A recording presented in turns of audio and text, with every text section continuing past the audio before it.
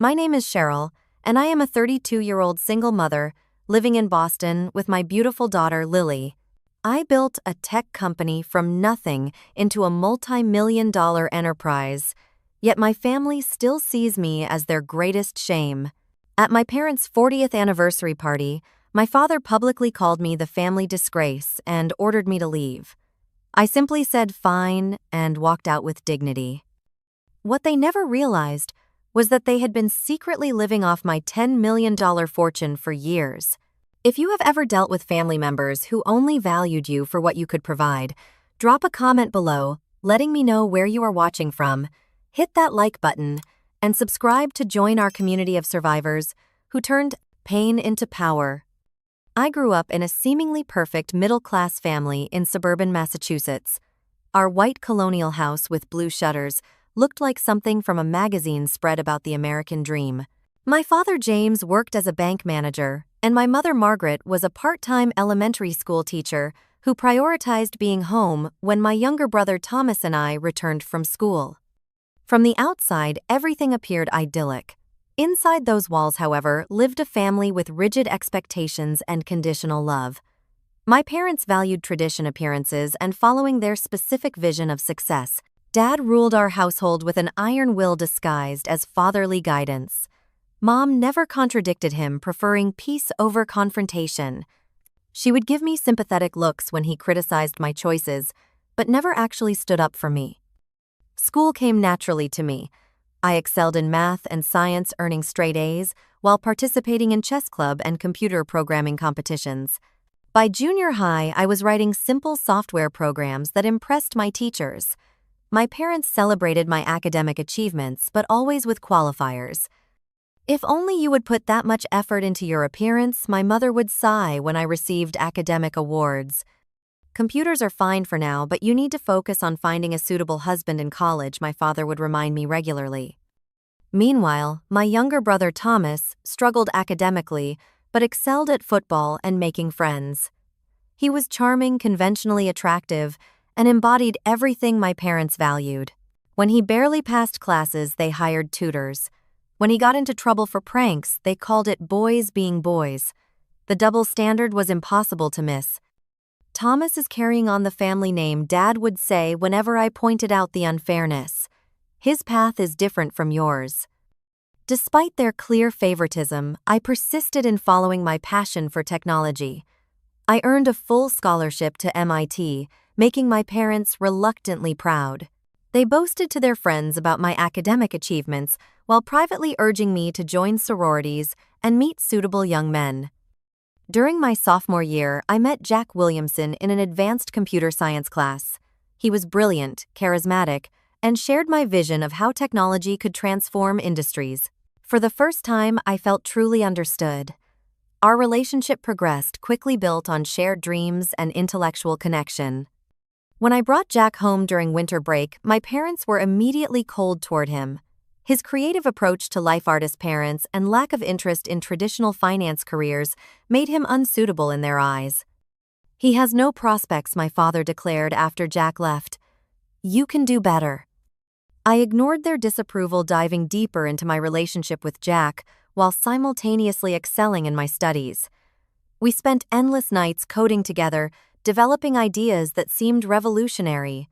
By senior year, we were inseparable and making plans for a startup after graduation. Then I discovered I was pregnant. The birth control had failed, and suddenly our carefully planned future was thrown into chaos.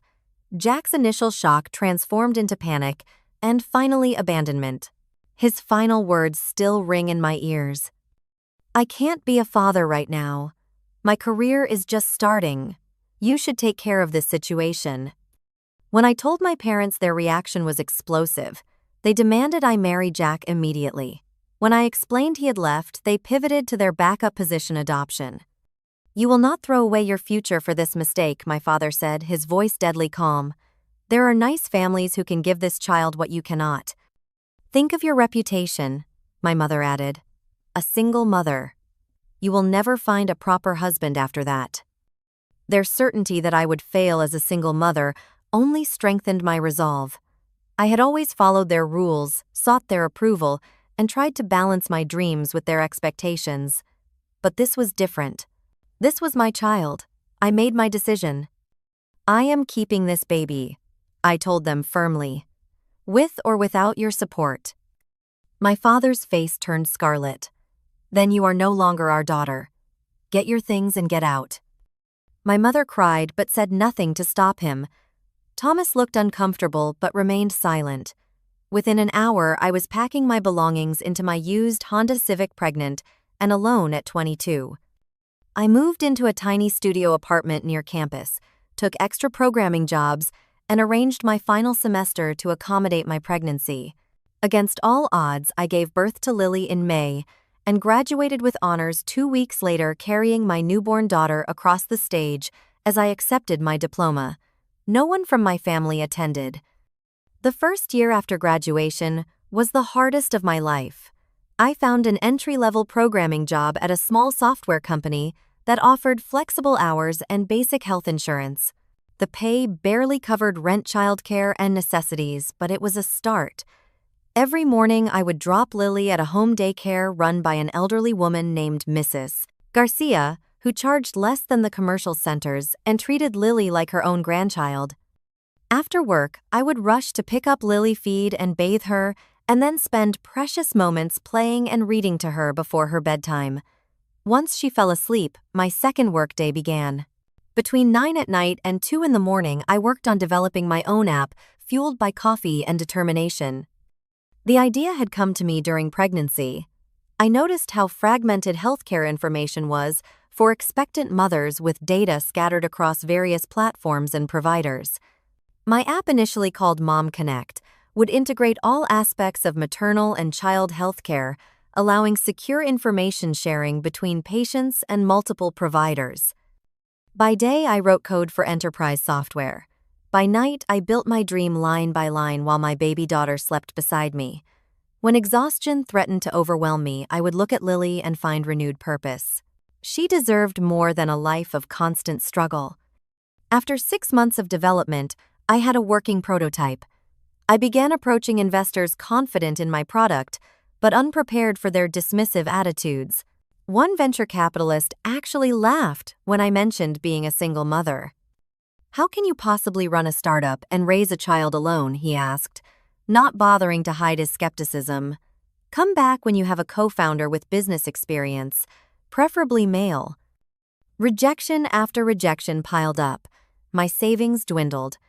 I was about to give up when I met Linda Saunders, a former healthcare executive turned investor who specialized in medical technology. Unlike other investors, she focused entirely on my product, asking insightful questions about functionality and scalability. At the end of our meeting, she asked to see my daughter. "Bring her to our next meeting," Linda said. "I want to meet the inspiration behind this innovation." 2 weeks later, with 18-month-old Lily babbling in her lap, Linda offered me $500,000 in seed funding for 30% equity in my company, which I had renamed NextGen Tech. It was a tough deal, but it came with mentorship and connections that proved invaluable. With funding secured, I hired 2 developers and a healthcare consultant. We refined the product, secured partnerships with 3 local hospitals for beta testing, and launched 6 months later. The response exceeded our wildest expectations. Within a year, we were in 30 hospitals across New England. By the time Lily turned 5, NextGen Tech had expanded to include comprehensive healthcare management systems for patients with chronic conditions. Our revenue hit 8 figures. We received acquisition offers from major tech companies that I consistently declined. This was my creation, and I wanted to guide its growth. At 27, I bought my first real home, a beautiful 4-bedroom house in a good school district with a yard where Lily could play. After years of renting, small apartments, having a permanent home felt surreal. I remembered how I had once feared I would never provide stability for my daughter. Lily grew into a bright, compassionate child who inherited my love of learning and problem-solving. She also developed a natural empathy that amazed me, always concerned about others' feelings and quick to offer comfort. We built a life filled with love, books, adventures to museums, and weekend science experiments in our kitchen. When Lily was 5, she began asking questions about my parents. Where were her grandparents? Why did she only have Mrs. Garcia as a grandmother figure? I had never spoken negatively about my family, but I had also never reached out to them. Their rejection had cut too deeply. It was Lily who inspired me to try again. Maybe they miss you, but don't know how to say sorry, she suggested with the simple wisdom of a child. I found my parents living in the same house, though it needed repairs and updating. The initial reunion was awkward and tense, with my mother crying and my father maintaining a stiff formality. They seemed shocked by Lily, perhaps because she was tangible proof that I had succeeded without them. They were equally surprised to learn about my company, though they clearly did not understand its significance. Our relationship remained distant but cordial. They would invite us for occasional Sunday dinners, during which my father would critique my parenting choices, while my mother fretted about Lily not having a father figure. Thomas, now married with twin boys, would visit with his wife Amanda. When we were there, always making subtle comments about my lucky break in business. What none of them knew was that their financial situation had been deteriorating for years. My father had been forced into early retirement during bank restructuring.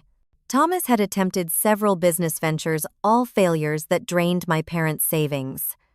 His house cars and children's private school tuition were far beyond his actual income as a sales manager. It started with small requests. My mother called asking if I could help with Thomas's son's school tuition just for a semester while he got back on his feet. Then came my father's medical bills not covered by insurance. Then repairs for their aging home. Each time they framed it as a temporary loan. I agreed each time, setting up transfers that they promised to repay when things improved. They never did, and no repayment ever came. I never mentioned the money, viewing it as a way to finally contribute to a family that had given me little emotional support. What they did not know was that I had quietly purchased their mortgage when the bank was selling off loans. I had created trust funds for Thomas's children. I had paid off my parents' medical debts entirely, rather than just helping as they thought. In total, over 7 years, I had provided nearly $10 million to support my family, all without their knowledge of the full extent. I did this not out of obligation, but because I believed family supported each other. Despite our troubled history, I wanted to be the bigger person. I wanted Lily to see that generosity and forgiveness were strengths, not weaknesses.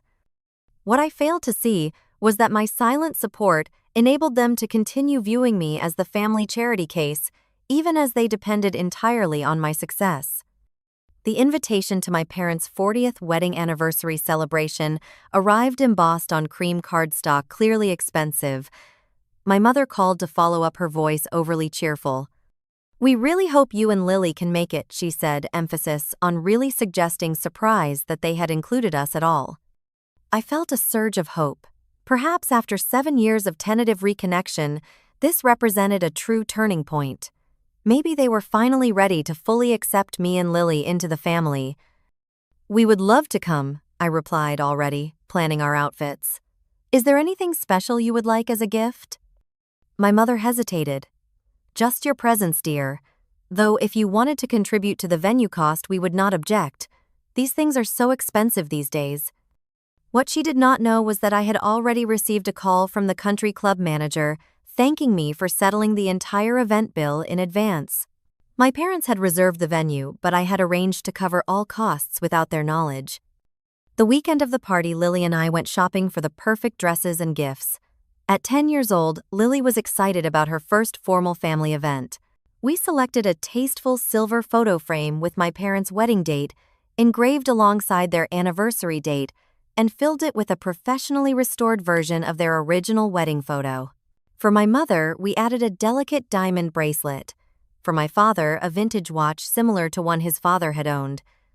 "Do you think they will like me better now?" Lily asked, as we wrapped the gifts, her innocent question breaking my heart.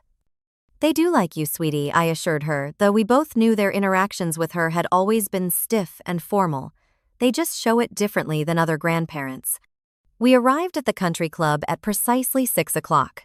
The ballroom was beautifully decorated with flowers, twinkling lights, and enlarged family photos on easels throughout the space. I immediately noticed that none of the photos included me past age 18, and none featured Lily at all. My mother greeted us with air kisses. "Cheryl, you look nice." And "Lily, my goodness, you have grown." Her compliments sounded rehearsed, her smile not quite reaching her eyes. My father shook my hand formally and nodded at Lily. "Thank you for coming," he said, as though addressing casual acquaintances rather than family. As more guests arrived, it became clear that we were seated at the furthest table from the main party alongside distant cousins I barely knew. Thomas and Amanda, meanwhile, were prominently placed at the head table with their sons. Throughout the cocktail hour, I caught fragments of conversations about me. "That is James and Margaret's daughter, the one who had the baby in college. I heard she has some computer job. They help her out financially. Such a shame. She was so promising before she threw it all away." I kept a smile fixed on my face, introducing Lily to relatives who seemed surprised she was articulate and well-behaved. My Aunt Patricia actually said, she seems quite normal considering." Thomas made his way to our table, champagne glass in hand, little sister slumming it with the outer circle I see. His smile was sharp. Dad wanted family up front, but there were space constraints. "We are fine here," I replied evenly. "The centerpieces are lovely." "They should be for what they cost," he said, his eyes narrowing. "Speaking of money, Amanda and I are looking at vacation properties in Aspen. Any investment tips from the tech world?" Before I could answer, Lily spotted a photo display and walked over to examine it. "Mom," she called, confused. "Why are there no pictures with you and me?" Thomas smirked. "Family photos, kid. Real family." I felt heat rise in my face but maintained my composure. "Let us get some air, Lily," I said, leading her toward the terrace. As dinner began, my father rose to give a toast. He spoke eloquently about his 40 years with my mother, their dedication to family values, and their pride in their legacy. He thanked each family member by name for their support and contributions to their lives, from his brother, who loaned him money for his first house, to Thomas, who carried on the family traditions with honor. My name never passed his lips. It was as if I did not exist, despite my financial contributions that had literally made this evening possible. After dinner, while guests mingled, Lily asked innocent questions about old family stories mentioned in the speeches. Thomas's wife, Amanda, who had been drinking steadily, laughed sharply. "Your mother wouldn't know those stories, sweetie. She checked out of this family when she decided to have you instead of making responsible choices." Her voice carried more than she perhaps intended. Lily's eyes widened. "What do you mean?" "She means I intervened, my voice steady, that I made different choices than what some family members expected, and I have never regretted those choices for a second, because they gave me you." Amanda rolled her eyes. Always the martyr. "Meanwhile, we all know who really supports this family, while you play businesswoman." Something in me snapped. Not in an explosive way, but in the quiet breaking of a dam that had held back years of hurt and resentment. "Lily is my daughter, and she is the best decision I ever made," I said clearly. "I would appreciate if you kept your opinions about my choices to yourself, especially in front of her." The conversation around us died as my father approached, face flushed with anger or alcohol or both. "Are you causing a scene at our anniversary, Cheryl?" he demanded. "Not at all," I replied. "Just setting some boundaries regarding how people speak about my daughter." He glanced dismissively at Lily, who was shrinking against my side. "Always about you, isn't it? This night is about your mother and me, about family values and commitment. Values you clearly never understood." "Dad," I said quietly, "not here." "No, let us be honest for once," he continued, voice rising. "You have been the family disgrace since you got yourself pregnant and refused to correct the mistake. We invited you tonight out of courtesy, but you still cannot behave appropriately." The room had gone completely silent. Dozens of eyes watched us. "Your illegitimate child does not belong at a celebration of marriage," he continued, gesturing toward Lily, whose eyes were now brimming with tears. "I think it is best if you both leave." My mother stood frozen nearby, saying nothing. Thomas watched with poorly concealed satisfaction. Relatives looked embarrassed, but made no move to intervene. In that moment, something crystallized within me. Years of seeking approval of financially supporting them, while accepting emotional scraps in return of hoping they would eventually see Lily's value and mine, all of it suddenly seemed pathetically misguided. I took Lily's hand and stood straight. "Fine," I said simply. The single word seemed to surprise my father more than any argument would have. He had expected pleading tears or anger. My calm acceptance left him momentarily speechless. I collected our purses and walked with dignity toward the door, Lily's hand firm in mine, her little shoulders shaking with suppressed sobs. As we passed the gift table, I left our carefully wrapped presents. Not a single family member called after us or attempted to stop our departure. The silence followed us out into the cool evening air, broken only by the sound of our heels on the pavement and Lily's quiet sniffles. In the car, Lily finally broke down completely, her sobs tearing at my heart. "Why does Grandpa hate me? What did I do wrong?" she asked between hiccuping breaths. I pulled into a scenic overlook and turned to face her fully. "Listen to me, Lily. You have done absolutely nothing wrong. Not one thing. This is about them, not you, not us." "But they are family," she insisted, confusion evident in her tear-stained face. "There are different kinds of family," I explained gently. "There is the family we are born into, and there is the family we choose. Sometimes the people who should love us unconditionally simply cannot or will not. That does not diminish your worth, or mine."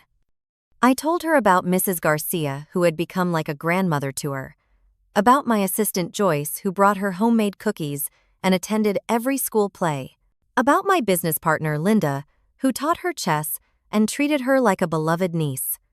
"Those people are our chosen family," I explained. "They love us because of who we are, not despite it." As we drove home, Lily's questions continued, each one more insightful and heartbreaking than the last. "If Grandpa thinks I am a mistake, does that mean he wishes I was never born? Does Uncle Thomas not like me because I do not have a dad? Are we poor?" Amanda said we pretend to have money. This last question nearly made me laugh despite everything. If only they knew. After getting Lily settled in bed with extra stories and reassurance, I sat in my home office, emotions finally catching up to me. Anger, hurt, and a strange sense of liberation warred within me. For 10 years, I had been trying to earn the approval of people who would never truly accept me or my daughter. Tonight had finally shown me the futility of that effort. My phone rang at 11:30, displaying my lawyer David Harrison's number. He rarely called after hours, unless something was urgent. "Cheryl, I apologize for the late call, but something concerning has come up," he began formally. "Our financial audit flagged some unusual activity connected to your family accounts. My company performed regular audits to ensure regulatory compliance. I had established separate accounting for personal finances, especially those involving my family." "What kind of activity?" I asked, suddenly alert. "It appears your brother Thomas has been using property you purchased as collateral for personal loans." "Substantial loans," David explained. "Since you are the actual owner, this constitutes fraud." "That is impossible," I said. "My family does not know I bought those properties." There was an awkward pause. "I believe they do know, Cheryl. The documentation shows they have been aware for at least 3 years. There are acknowledgement signatures." What followed was like a surreal detective story unfolding in real time. David connected me with our financial team, who had compiled a comprehensive report of all family-related transactions. What they revealed left me stunned. The house my parents lived in, which I thought I had secretly purchased the mortgage for, had been fully transferred to my name 4 years ago with their knowledge. Thomas had been charging rent to tenants in properties I owned without my knowledge, pocketing the income while I paid the taxes and maintenance. Credit cards I had provided for emergency use showed consistent charges for luxury items, vacations, private clubs, and gambling debts. Thomas's son's private school was not being temporarily subsidized, as I had been led to believe I had been paying their full tuition for 5 years. Most shocking of all, Thomas had somehow gained access to a subsidiary account of my company and had been using it to cover personal gambling debts. The forged documentation bore a reasonable facsimile of my signature. "How much?" I asked, numbly. "In total, how much have they taken?" The financial officer cleared his throat. "Based on our complete accounting, including properties' direct transfers, credit card spending, tuition, and unauthorized withdrawals, approximately $9.8 million over 7 years. I felt physically ill. Not just because of the money, substantial as it was. I could afford it. What sickened me was the deception. While treating me and my daughter as embarrassing afterthoughts, they had been systematically exploiting my success. Were they ever going to tell me? I asked, already knowing the answer. "The documentation we have recovered includes emails between your father and brother discussing how to, quote, keep Cheryl paying without her realizing the extent," end quote. They were quite explicit about never intending to repay anything. I thanked the team, asked them to compile all evidence, and sat in silence after hanging up. The family that had shamed me for my choices, that had called my daughter illegitimate, that had excluded us from family photos and seated us at the distant table, had been living off my money for years, while maintaining the fiction that I was the family burden.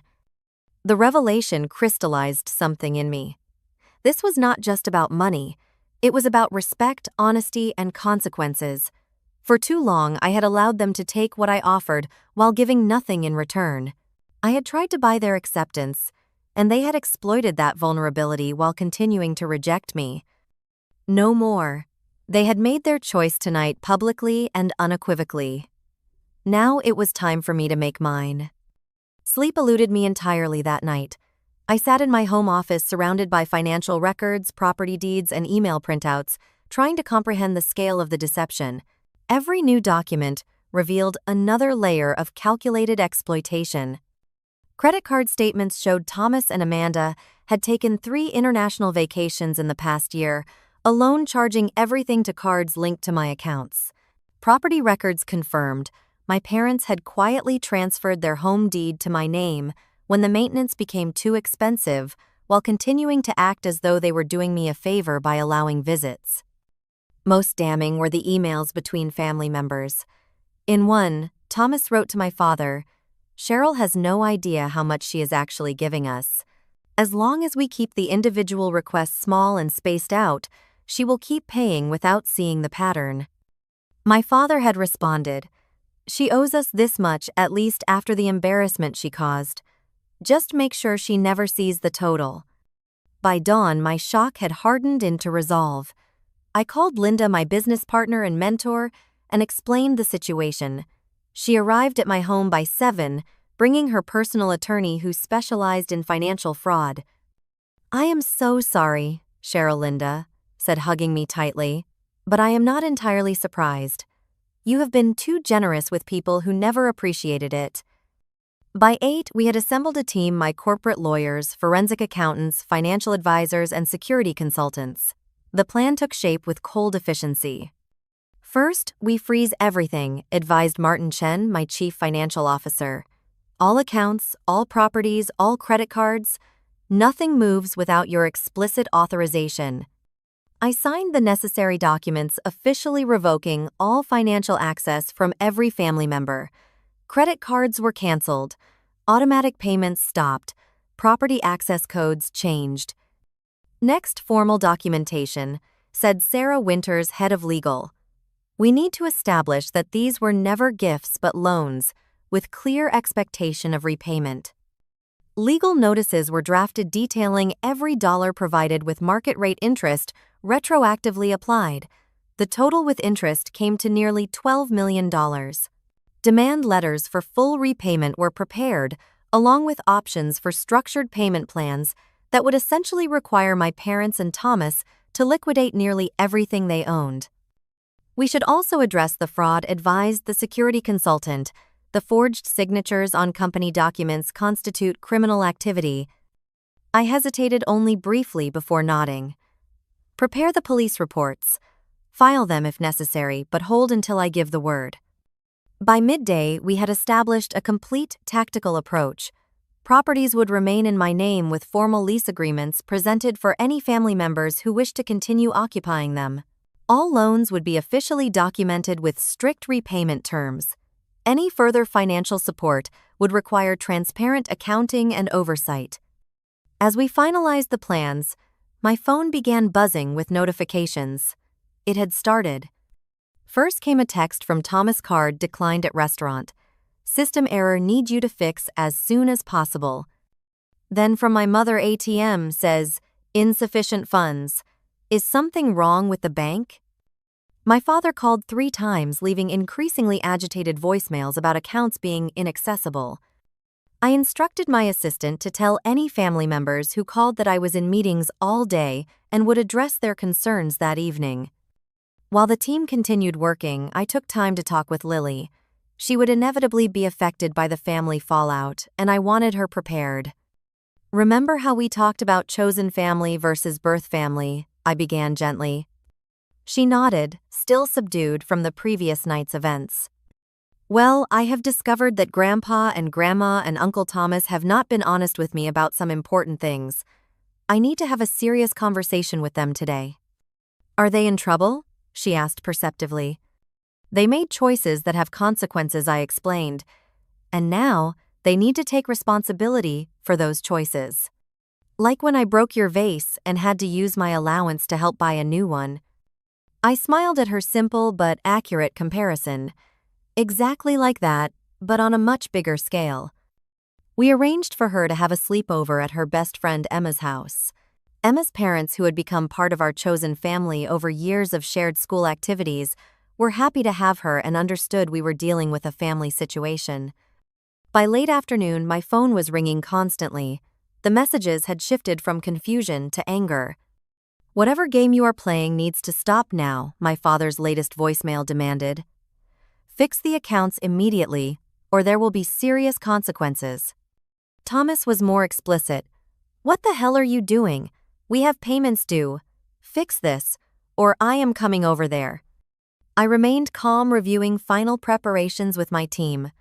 Security cameras around my home were checked and enhanced. The legal documents were finalized. Police were notified that we would be serving legal papers that might result in a volatile reaction.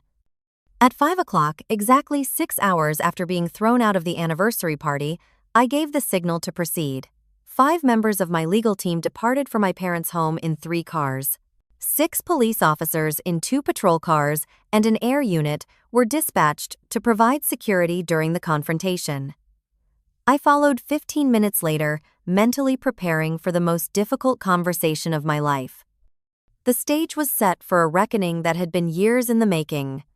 After a decade of silent support and search for approval, I was finally ready to stand in my truth and demand the respect I had earned.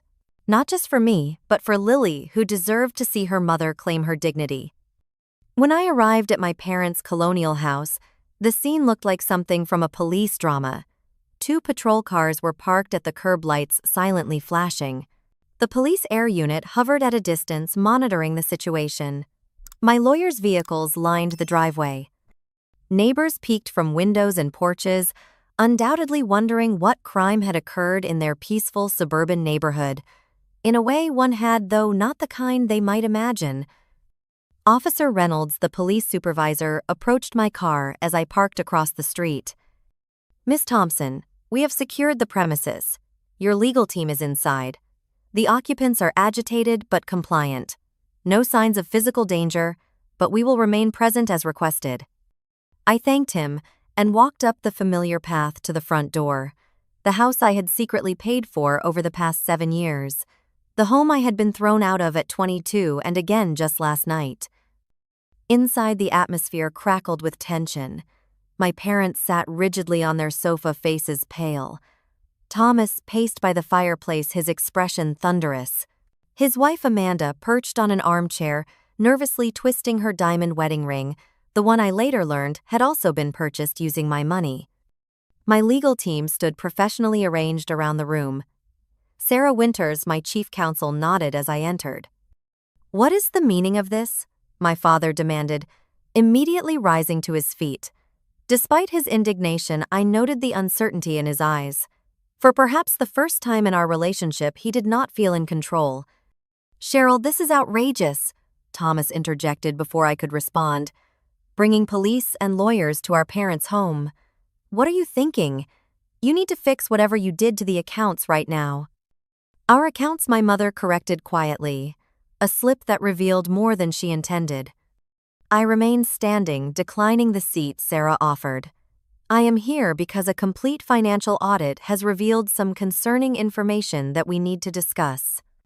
"This is ridiculous," my father blustered. "Whatever accounting error your company made needs to be fixed immediately. We have bills due." "There is no error," I replied calmly. "Every account, credit card, and property connected to this family has been thoroughly documented. What has been revealed is a pattern of systematic financial exploitation spanning 7 years." Thomas stepped forward aggressively.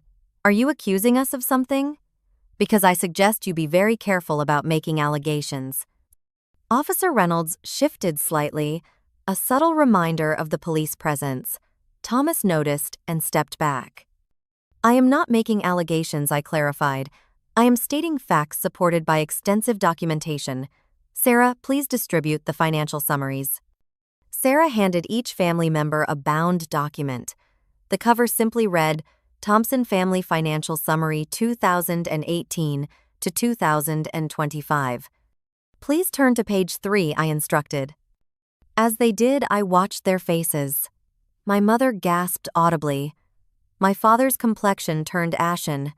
Thomas swore under his breath. The page contained a simple table showing the total financial support provided to each family member over 7 years: properties, credit cards, cash transfers, school tuition, medical bills, vacations, gambling debt payments, all meticulously categorized and totaled. $9.8 million, I stated flatly. That is the amount you have collectively received from me over 7 years. Money you never acknowledged. Money you never intended to repay. Money you took while simultaneously treating my daughter and me as embarrassments to this family. These numbers are wrong, my father said weakly, but his eyes told a different story. He knew exactly how accurate they were. Turn to page 5, I continued. Here you will find copies of emails between the 3 of you discussing how to, quote, keep Cheryl paying without her realizing the extent. There are 27 such exchanges documented. My mother began to cry softly. Thomas looked like he might be ill. Page 12 shows the forged documents used to access company subsidiary accounts. Thomas, those forgeries constitute criminal fraud. The police officers outside are aware of this. Thomas sank into a chair, all bluster gone. Cheryl, you have to understand. I was in a difficult position. The debts were overwhelming. What I understand, I replied evenly, is that last night you sat silently while your father called my daughter illegitimate and threw us out of a party I paid for. What I understand is that you have been living in a house I own, driving cars I paid for, and sending your children to schools on my dime, all while treating me as beneath you. I turned to my parents. What I understand is that you transferred your home to my name to avoid maintenance costs, but continued to act as though you were doing me a favor by allowing visits. What I understand is that you have been systematically lying to and exploiting me for years while continuing to reject and shame me publicly. My father seemed to age before my eyes. The powerful patriarch who had dominated my childhood suddenly looked small and defeated. We never asked for that much, he said feebly. Just small helps here and there. That added up to nearly $10 million, I pointed out. While you continued to treat my daughter as if she were illegitimate, while you excluded us from family photos, while you seated us at the furthest table at your anniversary party, the party I paid for entirely. My mother looked up, confusion evident through her tears. You paid for the party the country club said it was taken care of. I paid for everything, I confirmed. Just as I paid for the roof over your heads, the cars you drive, the vacations you take, the medical procedures you need. I gestured to the documents. Page 20 shows the trust funds I established for Thomas's children, $250,000 each, which they will receive for college. Money none of you knew about because, unlike you, I give without expectation of credit or control. The room fell into stunned silence as they continued reading through the devastating evidence of their deception and my generosity. "Why?" my mother finally asked. "Why would you give us so much while we treated you so poorly?" The question struck at the heart of my own confusion over the years. Because I believed that families supported each other unconditionally. Because I thought that eventually, if I gave enough, you might see Lily and me as worthy of your acceptance. I was wrong on both counts. Thomas attempted one last defense. "You could afford it. You have more money than you could ever spend." "This was never about what I could afford," I replied sharply. "This was about respect, honesty, and reciprocity, none of which you showed me or my daughter." I nodded to Sarah, who distributed a second set of documents. "These are your options going forward," I explained. "The properties will remain in my name with formal lease agreements if you wish to continue occupying them. All past financial support is now documented as loans with standard interest applied. You have 3 options for repayment, ranging from immediate full payment to structured plans over 5 or 10 years. My father finally found his voice. "This will ruin us. Everything we have would have to be sold to meet these terms." "Yes," I acknowledged. "Much like you were willing to ruin me at 22 when you threw me out for choosing to keep my baby. The difference is I am offering you options and support through the transition. You offered me nothing." I placed a final document on the coffee table. "This is a police report detailing the forgery and fraud committed against my company. I have not filed it yet. That depends on your choices today." Thomas paled visibly. Amanda began sobbing. "I do not want to pursue criminal charges," I said honestly. "I do not want to see my nieces and nephew's father in prison, but I need acknowledgement of what was done and commitment to the repayment plan." My mother reached for my hand, an unprecedented gesture. "Cheryl, please. We cannot possibly repay this much." I gently withdrew my hand. "You managed to spend it over 7 years. You can find a way to repay it over 10. Or you can accept the consequences of your actions as you always taught me to do." The irony of using my father's own frequent lecture against him was not lost on anyone in the room. "And Lily," my father asked quietly, "what about our relationship with her?" I felt a surge of protective anger. "You forfeited any right to a relationship with my daughter when you called her illegitimate and threw her out of your home. If in the future she expresses an interest in knowing you, we can revisit the possibility. On her terms, not yours." I stood to leave, signaling the conclusion of our meeting. "My legal team will remain to answer questions about the documents and collect your signed acknowledgments. The officers will ensure everything proceeds calmly." As I walked to the door, my father called after me, his voice breaking. "Cheryl, wait. I did not know. About the money, not the full extent." I turned back briefly. "You chose not to know, Dad. Just like you chose not to know me or your granddaughter. Those choices have consequences." I left them sitting amidst the ruins of their deception, surrounded by the evidence of both my generosity and their exploitation.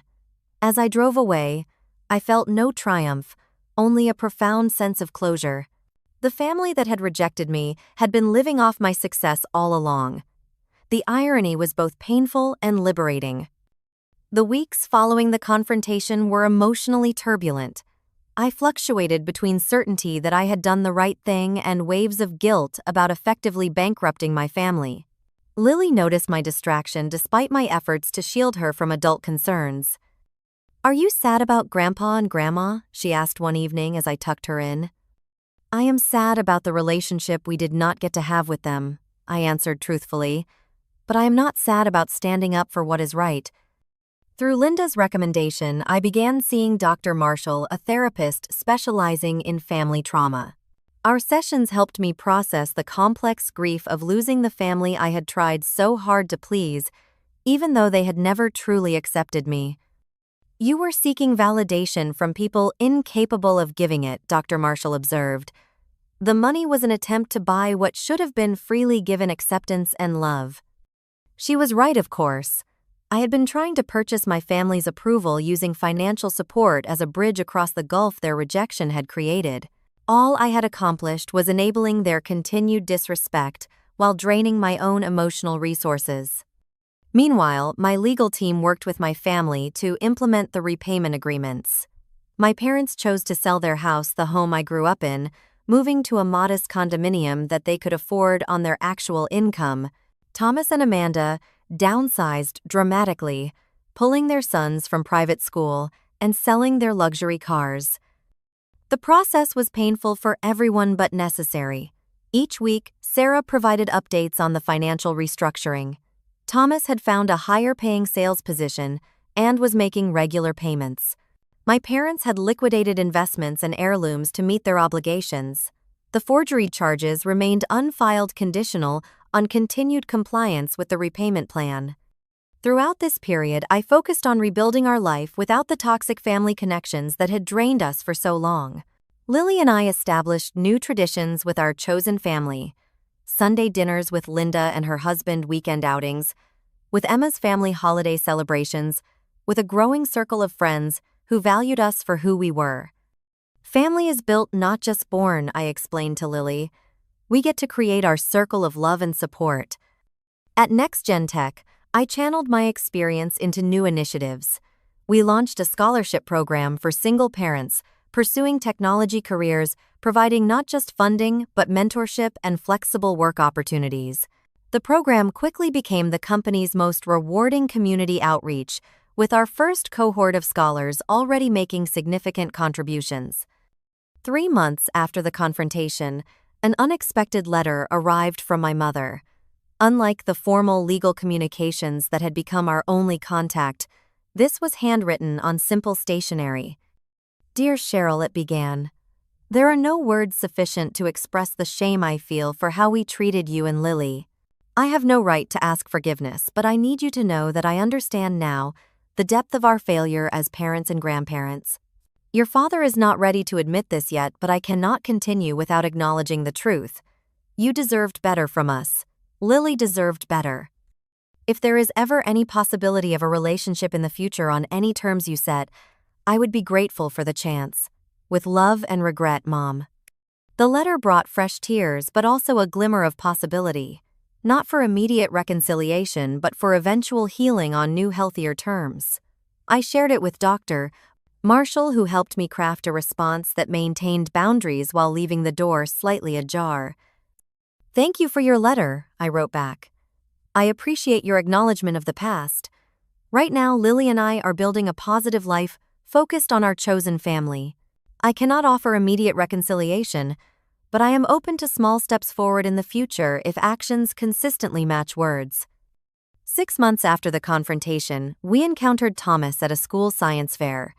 His son Daniel and Lily had both qualified for the regional competition, representing different schools. The meeting was awkward but civil.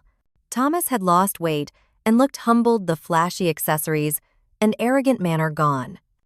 "Your project looks impressive," he said to Lily, making a genuine effort to connect with his niece, perhaps for the first time. "Thank you, Uncle Thomas," she replied cautiously. "Good luck to Daniel, too." It was a tiny moment but significant. No pretense, no hidden agenda, just simple human acknowledgement. As the 1-year anniversary of the confrontation approached, I reflected on everything that had changed. The legal matters were proceeding as agreed. My parents were adapting to their new circumstances with growing acceptance. Thomas was making consistent payments and had reached out several times about the possibility of supervised visits between cousins. Most importantly, Lily was thriving. Without the undercurrent of rejection from her grandparents, she had blossomed even further, excelling in school and developing deeper friendships. She spoke more confidently and carried herself with greater assurance, no longer worried about measuring up to grandparents who found her lacking. The financial aspect, which had seemed so critical during the confrontation, had faded in importance. The money had never been the real issue. It was the deception, the disrespect, and the fundamental denial of our worth as people that had necessitated the rupture. As I built a new life centered on authentic relationships and mutual respect, I found peace in an unexpected place. Gratitude for the painful lessons. My parents had taught me through negative example what family should not be. That knowledge allowed me to create something better for Lily, a home where she was valued unconditionally, where her achievements were celebrated without caveats, where love was not transactional. The ultimate irony was that in trying to mold me into their vision of success, my parents had given me the determination to forge my own path. Their rejection had forced me to find strength I never knew I possessed. Their conditional love had taught me the vital importance of loving unconditionally. Today, I lead a company valued at over $1 billion. I have created opportunities for other single parents facing the same stigma I once did.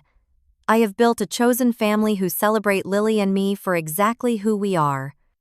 The journey from family disgrace to self-acceptance was long and painful but necessary. Sometimes the family that should support you cannot or will not. When that happens, the greatest act of courage is not continuing to seek their approval, but creating a life rich with people who truly see your worth. True family, I learned, is not defined by blood or obligation. It is created through respect, honesty, and mutual support. It grows in the fertile soil of acceptance, not the barren ground of judgment. Most importantly, it recognizes that love should never come with conditions or price tags. If you have ever struggled with family who could not see your worth, remember that you have the power to build something better. You can create connections based on genuine appreciation rather than obligation. You can establish boundaries that protect your dignity. You can find people who celebrate rather than tolerate you. Have you ever had to stand up to family members who took advantage of your generosity? Drop a comment below sharing your experience. How did you find the strength to establish boundaries? Like this video if it resonated with you, subscribe for more stories of resilience and renewal, and share with someone who might need to hear that they deserve respect without having to earn it. Thank you for listening to my story, and remember, your worth is not determined by those who cannot see it.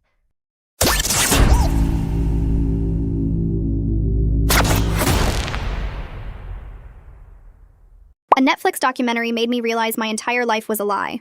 I was halfway through a new true crime documentary when I saw my father on screen, walking through the background of crime scene footage from 20 years ago. "Dad, you need to see this right now," I called out, pausing the screen on his face. He walked into the living room, and the second he saw himself on TV, his face went white. "Pack your things, Lee. We have 10 minutes before they realize we're blown," he said in a voice I'd never heard him use before. "What are you talking about?" My heart was slamming against my ribs because my boring suburban father was on TV at a murder scene from 20 years ago. He was already yanking photos off the walls and throwing them into the fireplace. My mother came out of her office looking annoyed until she saw his face. "They aired the footage," was all he said, and she immediately ran upstairs. I heard drawers slamming while I stood frozen, watching my dad pour lighter fluid on our family photos. "Stop standing there and get your emergency bag from under your bed," he said.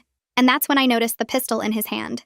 My legs felt like water as I ran upstairs and found a bag under my bed that I'd never known was there before, already packed with clothes and cash and a passport with my picture but a different name, Madison Charleston. There were also car keys to a vehicle I didn't recognize and a burner phone still in its packaging. My hands were shaking so hard I could barely zip it back up. "I'm not going anywhere until you tell me what's happening," I said, my voice cracking. My dad looked at his watch and then at my mom, who was suddenly in the doorway with 3 duffel bags. "Your real name is Madison Charleston, and we've been in witness protection since you were 5 years old," he said while the photos curled into black ash. The words didn't make sense, but the weapon in his hand was real, and the terror in my mother's eyes was real, and my entire life was apparently fake. "This can't be real," I said, backing against the wall. "We live in Ohio and you work at State Farm and Mom teaches piano lessons." My dad actually laughed, but it sounded bitter and wrong. "I haven't worked a day at State Farm and your mother hasn't touched a piano since we got here. Those are just the stories we tell people." My mom was stuffing ammunition boxes into one of the duffel bags like this was completely normal. "The piano students who come here are federal agents checking in on us," she said without looking up. My mother's phone rang and she answered in a harsh, guttural language, then switched to English. "Handlers compromised. We're on our own. They killed Tyson an hour ago." My dad swore and pulled a revolver from inside the cereal box. Everything felt like a movie happening to someone else as I watched my suburban dad check the ammunition like he'd done it 1,000 times. "How long until they get here?" he asked my mom. 20 minutes if we're lucky, 5 if we're not," she replied, and then looked at me. "Can you shoot?" I shook my head and she pressed a knife into my hand instead. Then you carry this and stay between us no matter what happens. Someone leaked that footage on purpose because they've been looking for us, my dad explained while my mom backed the car into the garage. I testified against the Serbian mob about those murders. They think I died that day with the rest of the Ansel family, but I survived and helped put them in prison. Now they know I'm alive. The documentary was still paused on his face and I wanted to throw up. But why did you testify? I asked, and his jaw tightened. Because I helped them launder money for 5 years and I knew where all the bodies were buried. The law gave me a choice and I chose to keep you safe. My phone started buzzing with texts from my best friend, but my dad grabbed it and snapped it in half, then threw it in the fire. I watched my best friend's messages disappear into flames along with every photo of my fake childhood. Lee Lane was already dead, and I was Madison Charleston now, someone I didn't even know how to be. Will they hurt my friends? I asked, suddenly terrified for everyone I knew. They only want us, my mom said, but she didn't sound completely sure. The doorbell rang and my parents both raised their weapons. I know you're in there, Wade, a man called out with an accent that made my mom grab my arm hard enough to bruise. Netflix is amazing, isn't it? My nephew called me 20 minutes ago about the documentary. He recognized you immediately, and then we checked your daughter's Instagram. So many helpful photos with location tags. My stomach dropped because I had posted a picture from our front porch just yesterday. My mom was pulling out a Glock from her purse like it belonged there. The man outside laughed and said something in Serbian to someone else.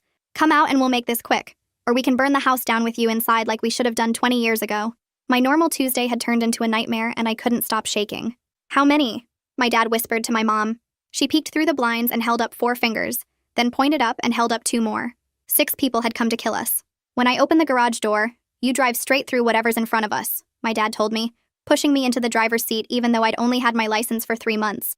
And that's when I saw the black SUVs blocking both ends of our street. My dad hit the garage door opener and I slammed my foot down on the gas pedal before the door was even halfway up. The car shot forward and smashed through the bottom half of the door, and I felt wood and metal scraping across the roof and hood as we burst into the driveway. The black SUVs were right there, one blocking the left side of the street and one blocking the right, and I could see men in dark clothes turning toward us with guns in their hands. My dad was yelling at me to turn right now, and my mom twisted in her seat and fired 2 shots out her window toward the SUV on the left. The sound inside the car was so loud it hurt my ears and I screamed but kept my foot on the gas. I cranked the steering wheel as hard as I could to the right, and the car jumped over the curb into our neighbor's front yard. The lawn was soft from yesterday's rain and the car bounced hard, throwing us all against our seatbelts. I could see Mrs. Patterson's garden gnomes in front of me, and I drove straight through them, sending little ceramic pieces flying everywhere. My mom fired another shot and I heard glass breaking somewhere behind us. My dad was pointing toward the space between 2 houses where the greenbelt started and I aimed for it even though there was a white picket fence in the way. Bullets hit the back window and the glass exploded inward, covering the back seat with tiny pieces. I was screaming and crying, but somehow my hand stayed on the wheel and my foot stayed on the gas. The car hit the fence and wood splintered everywhere, and then we were bouncing down a steep slope into the drainage area. The car bottomed out hard and something metal scraped underneath, making a horrible grinding sound. My dad pointed to a concrete tunnel opening and I drove toward it, the car sliding sideways in the mud. We made it maybe 20 feet into the tunnel before the car got stuck on something and the wheels just spun uselessly. My dad yelled for us to get out and run, and I grabbed my emergency bag and threw open the door. The tunnel was dark and smelled like sewage and old water, and I could hear shouting in Serbian coming from behind us. My mom grabbed my arm and pulled me forward into the darkness and we started running. The knife she had given me was still in my other hand, and I gripped it so hard my fingers hurt. My lungs were burning after just a few seconds because I'm not a runner and I've never been this scared in my entire life. We were splashing through water that came up to our ankles, and it was so dark I couldn't see anything except the tiny flashlight my dad was holding. Behind us, the shouting got louder and I heard at least 2 different voices echoing through the tunnel. My dad suddenly pulled us sideways into a concrete alcove I hadn't even seen, and we pressed ourselves against the cold, wet wall. I was trying so hard to control my breathing, but my chest was heaving, and I thought for sure they would hear us. My mom had her gun raised toward the tunnel opening we'd just come from, and my dad was covering the other direction with his revolver. The footsteps got closer, and I heard men talking in that harsh language, and then a flashlight beam swept past our hiding spot. I held my breath and squeezed my eyes shut like that would somehow make me invisible. The footsteps passed right by us, so close I could smell cigarette smoke on someone's clothes. The voices moved away down the tunnel and I started to breathe again, but then they came back. The searchers walked past our alcove a second time, and I heard one of them say something that made the others laugh. The water sounds and the echoes seemed to confuse them about exactly where we were hiding. After what felt like hours but was probably only 10 minutes, the voices faded away completely. My dad waited another minute, then signaled us to move deeper into the drainage system, away from where the searchers had gone. We walked for what felt like forever through the dark tunnels, taking turns whenever my dad indicated. Finally, we reached a different exit that came out in someone's backyard 6 blocks from our house. We climbed out covered in mud and dirty water, and I was shaking so hard I could barely stand. My mom pulled out the burner phone and made a call, speaking in English this time. She said we needed immediate pickup and our handler was dead, then gave an address I didn't recognize. When she hung up, she told my dad she was going alone to get the backup car from a storage unit, and she'd meet us at the gas station on Miller Road in 20 minutes. My dad tried to argue, but she was already running toward the street. My dad and I hid behind a dumpster at a closed gas station, crouching in the shadows while he kept checking his watch. This was the first moment we'd had to actually breathe since I paused that documentary. I looked at my dad and realized he wasn't the boring insurance agent anymore. He was someone who knew how to run and hide and shoot, and that person had always been there under the surface. His hands were steady on his gun, and his eyes kept scanning the street like he'd done this 1,000 times before. 20 minutes later, my mom pulled up in an old Civic I'd never seen, and we jumped in with our bags. She'd changed into different clothes and had a baseball cap pulled down low over her face. She looked nothing like the woman who taught piano lessons and made cookies for her students last week. As we drove away from our neighborhood, my dad finally started explaining everything. He talked about the Ansel family murders and how he helped the Serbian mob launder money through real estate deals for 5 years. He said there were bodies buried in construction sites around the city, and he kept detailed records of every transaction and every murder he knew about. Those records put 15 people in prison after he testified. I was sitting in the back seat realizing my father was both a criminal and the reason those criminals went to jail. The story he was telling didn't match the dad who helped me with my math homework and took me to soccer practice. I interrupted him and said that my Instagram post from yesterday showed our front porch, and I had the location tag turned on. The silence in the car after I said that was worse than any yelling could have been. I watched my mom's hands get tight on the steering wheel, and my dad closed his eyes like I'd just punched him in the stomach. My mom checked the rearview mirror for the 3rd time in 2 minutes, and her jaw got tight. She told us there was an SUV 3 cars back that had followed us through 4 different turns. My dad twisted around to look, but she snapped at him to face forward because we couldn't let them know we'd spotted them. My stomach dropped because I thought we'd gotten away clean. Mom suddenly cranked the wheel right, and we shot into a shopping center parking lot so fast the tires squealed.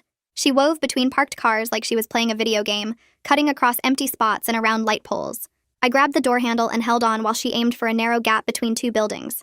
The service alley was barely wide enough for our car, and I heard something scrape against the passenger side.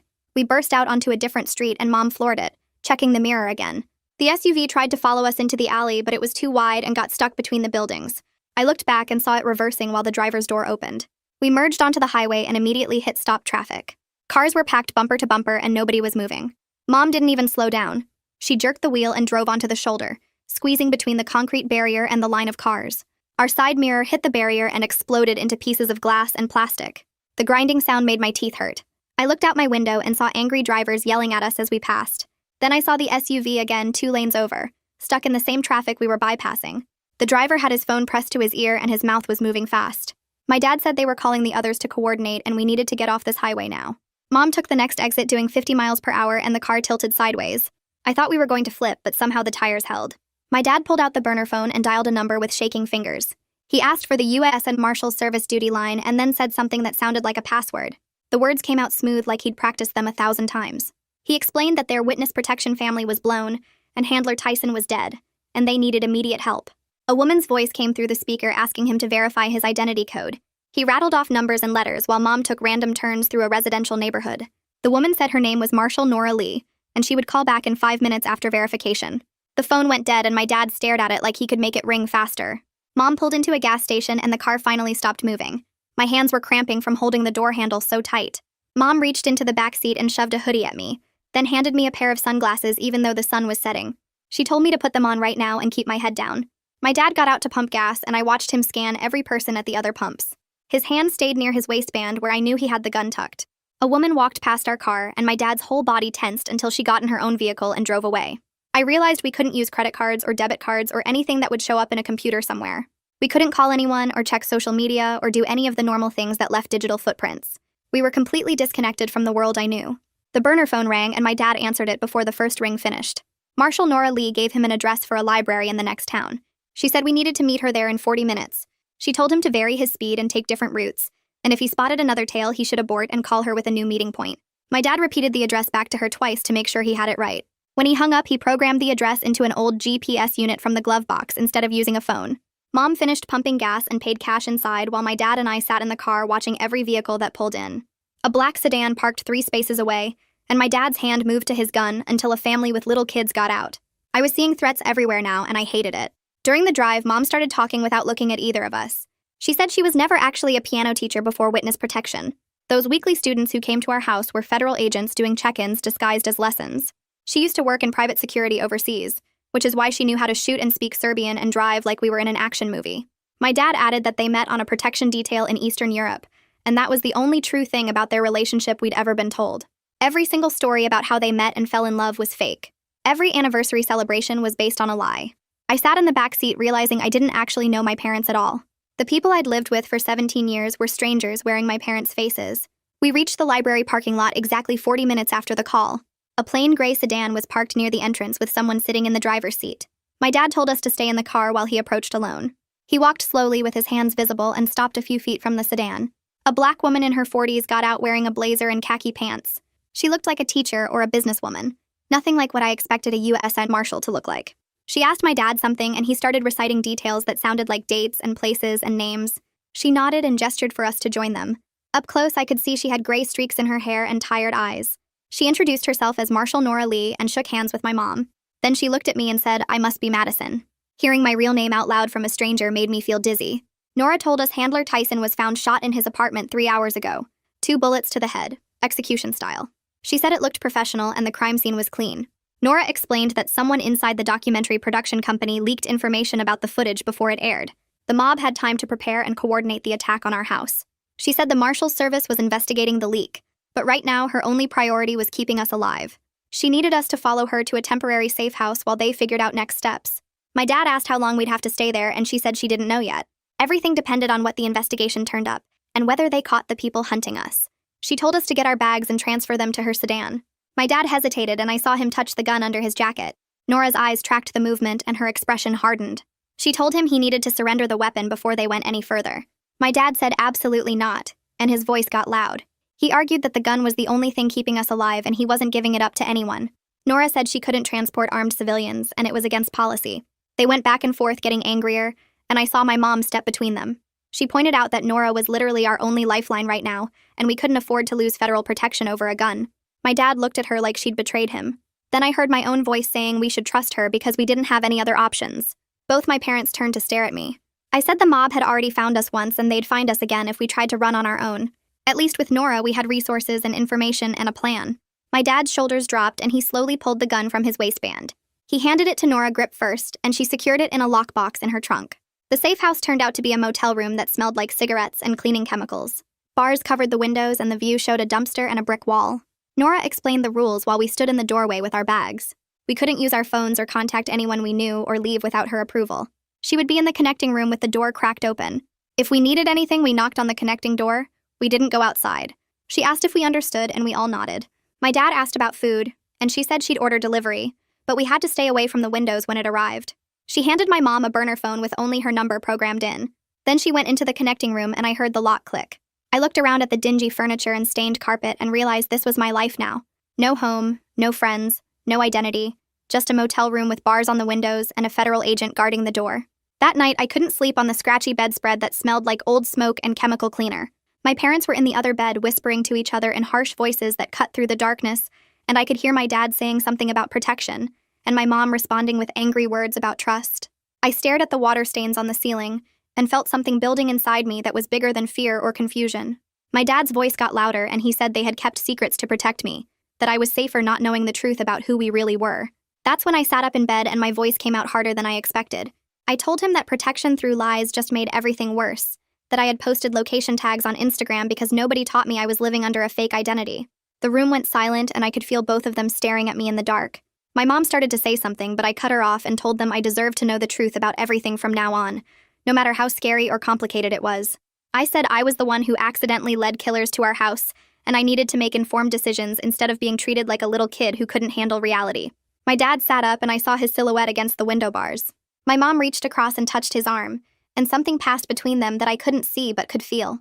They both nodded, and my dad said they would be honest going forward, that they owed me that much after everything that had happened. My mom promised no more secrets, and her voice cracked a little when she said it. Around midnight, I heard movement in the connecting room, and then Nora knocked quietly on our door. My dad was up instantly with his hand reaching for where his gun used to be, and Nora came in holding one of our duffel bags with a small device in her other hand. She told us we needed to move right now because she had found a GPS tracker sewn into the lining of the bag, which meant someone had been tracking our location the whole time. My stomach dropped and I was pulling on my shoes before my brain even caught up with what was happening. We grabbed what we could carry and left the tracked bag sitting on the motel bed, and I wondered how long the people hunting us had known exactly where we were. Nora's sedan was parked behind the building, and we piled in with even less than we had before, just the clothes on our backs and the emergency cash my parents had saved. Nora told me to get in the driver's seat, and I looked at her like she was crazy, because I had only been driving for 3 months and barely knew how to parallel park. She said I needed to practice evasive driving under her instruction, and that sitting in the passenger seat was the best way to teach me. My hands were already sweating when I gripped the steering wheel and started the engine.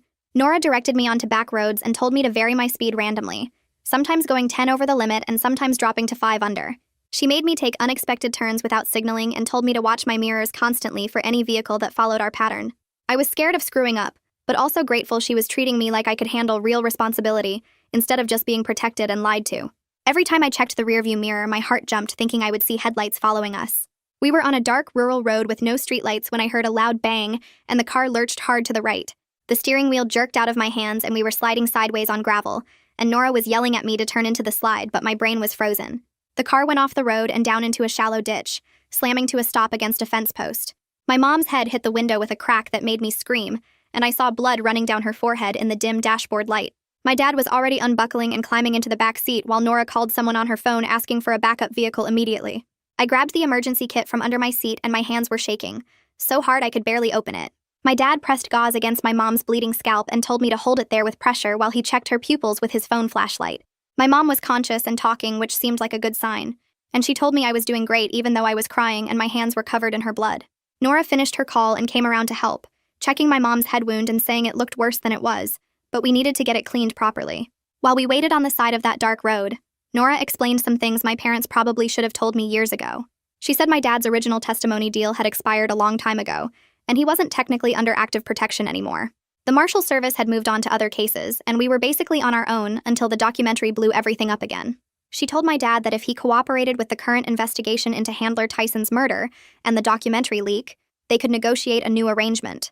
But there would be legal consequences he couldn't avoid for his original crimes, and he might have to testify again in court. My dad nodded and said he understood, that keeping us safe was more important than staying out of jail. I kept pressure on my mom's cut and felt the gauze getting warm and wet under my fingers. I asked Nora what life in permanent witness protection actually looked like because I needed to know what I was signing up for. She didn't sugarcoat it or make it sound better than it was. She said it meant new names forever and no contact with anyone from our past, not friends or extended family or anyone we used to know. She said we would live with constant low-level paranoia about being discovered, always watching over our shoulders and never fully trusting anyone. Some families adjusted well and built new lives that felt normal after a while. Requested Reds is on Spotify now. Check out link in the description or comments. Other families fell apart from the stress and ended up divorced or estranged because the pressure was too much. She said the success rate depended on whether everyone could commit to the restrictions and follow the rules without breaking. I thought about never talking to my best friend again or going to my high school graduation, and it felt like mourning someone who was still alive. The backup vehicle arrived about 40 minutes later, a different sedan with government plates. We transferred our minimal belongings, and my mom limped on her sore ankle while my dad supported her weight. The new motel was in a different town whose name I didn't catch, and by the time we got there, I was so exhausted I could barely stand. The room looked exactly like the last one with the same scratchy bedspreads and the same smell of smoke and chemicals. Before I collapsed into bed, I checked that my mom's cut had stopped bleeding, peeling back the gauze carefully to see the edges of the wound. She squeezed my hand and said she was proud of how I was handling this impossible situation, and I wanted to believe her, but mostly I just felt numb. The next morning, I woke up to Nora shaking my shoulder and showing me her phone screen.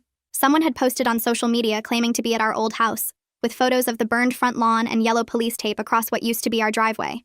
The attackers were publicly interacting with the post using their real accounts, leaving comments and likes like they weren't even trying to hide. Nora said this showed they were confident enough to operate in the open, that they didn't fear law enforcement or consequences. I stared at the photos of my destroyed home and felt something twist in my chest. Everything I owned was gone. Every piece of evidence that I had lived there as Lee Lane for 12 years. I had an idea and told Nora that maybe we could work backward from the documentary to figure out who leaked the information in the first place. She looked at me with something like respect in her eyes and said I was thinking strategically, which was exactly what we needed. She explained that the Marshal Service was already investigating the leak, but having the family's perspective might help connect dots they were missing. She made a call to her supervisor and got permission for me to contact the production company under monitored conditions. I would have to be careful about what I said and stick to questions about the footage chain of custody, but at least I could do something useful instead of just hiding and running. Nora handed me a clean phone and pulled up the production company's number, and I took a deep breath before dialing. The phone rang 3 times before a woman answered with a tired hello, and I stumbled through explaining who I was and why I was calling. She went completely silent for about 10 seconds, and then I heard her voice crack when she said she was so sorry, that she had no idea the documentary would put anyone in danger. Gemma started talking fast about how the crime scene footage came from police archives, and went through their standard process where they blur all faces before it goes to air, but someone must have gotten to the original unblurred version before the editing team processed it. She sounded genuinely upset and kept apologizing while I sat there holding Nora's phone and trying to figure out if this information actually helped us. Nora gestured for me to put it on speaker, and Gemma explained that the footage went through 3 different editing houses before final production, which meant at least a dozen people had access to the raw files at various points. She promised to send Nora the complete chain of custody documentation for that specific piece of footage, and I could hear her typing while she talked, like she was already pulling up the records. When I hung up, I felt worse instead of better because now I knew exactly how many opportunities there were for someone to leak our location. I looked at Nora and admitted that I was the one who made it easy for them anyway, because I posted my location on Instagram all the time, including a picture from our front porch just yesterday. Nora set down her coffee and told me that yes, I made a mistake, but I was 17, and the adults in my life should have taught me better about keeping our location private, so the blame wasn't entirely mine to carry. My dad came out of the bathroom looking pale and asked what the producer said, and my mom was sitting on the bed rewrapping her ankle with fresh bandages. Nora laid out a plan to bring us into the federal courthouse where we would be secure while they worked with local police and the FBI to coordinate our protection. My dad immediately tensed up and said he didn't like the idea of going into any government building because it felt like surrendering control of the situation. My mom looked at him and pointed out that control was an illusion we lost the moment that documentary aired on Netflix, and we needed to accept help from people who actually knew what they were doing. We packed up our stuff again and loaded into Nora's sedan with me driving, because she said I needed more practice with evasive maneuvers.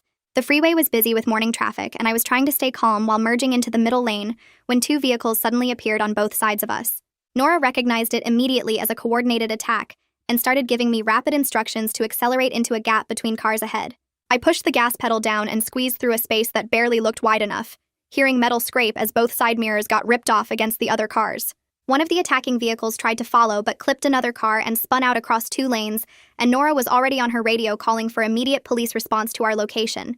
The second attacking vehicle was still right behind us, and Nora told me to take the next exit onto a construction zone, where the narrow lanes and barriers would make it harder for them to maneuver.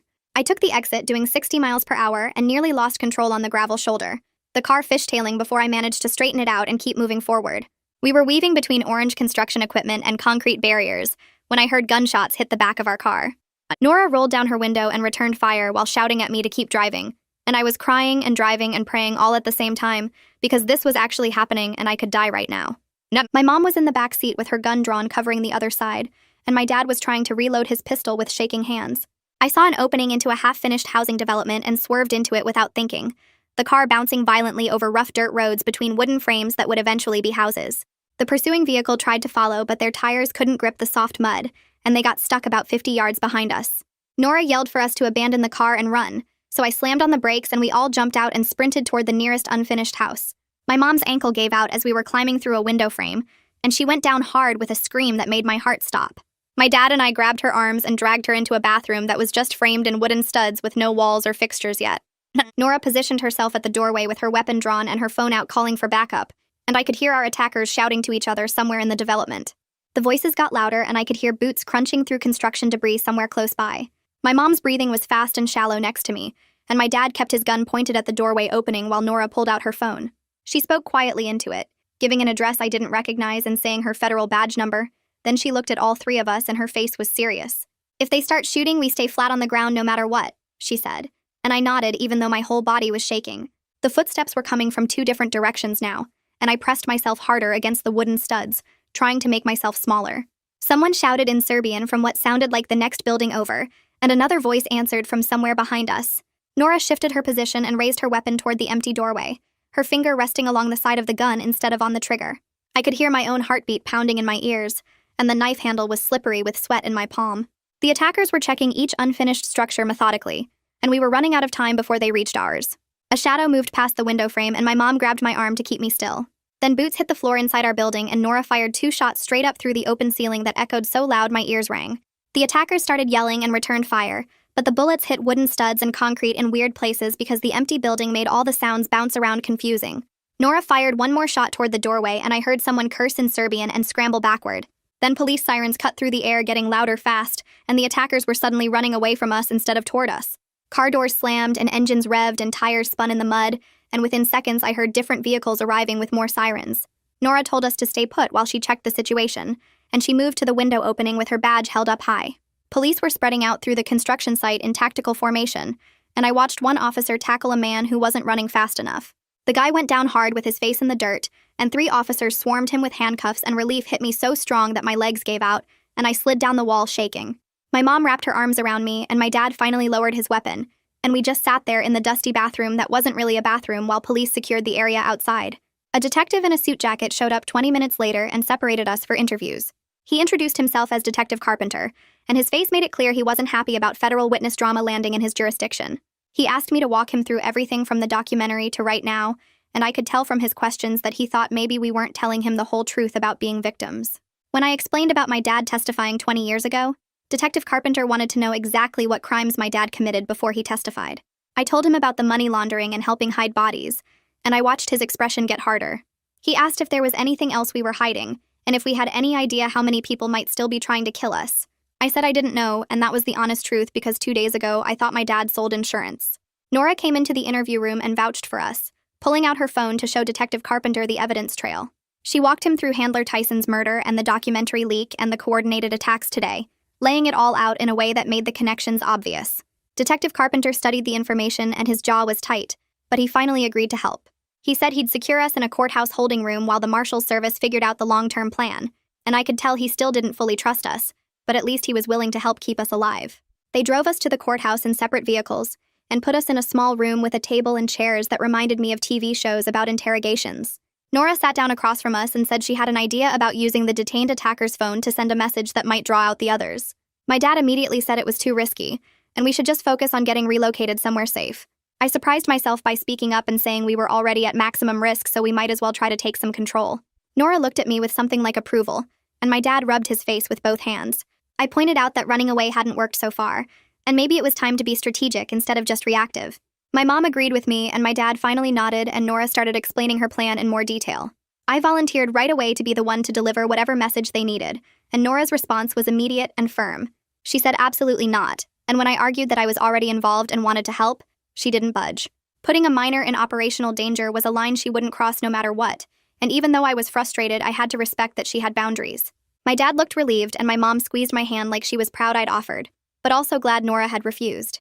Instead, Nora pulled up my old Instagram account on her tablet, and we worked together to create a story post with a fake location. We picked a coffee shop across town and made it look like I was there right now, using an old photo from my camera roll that didn't have obvious date markers.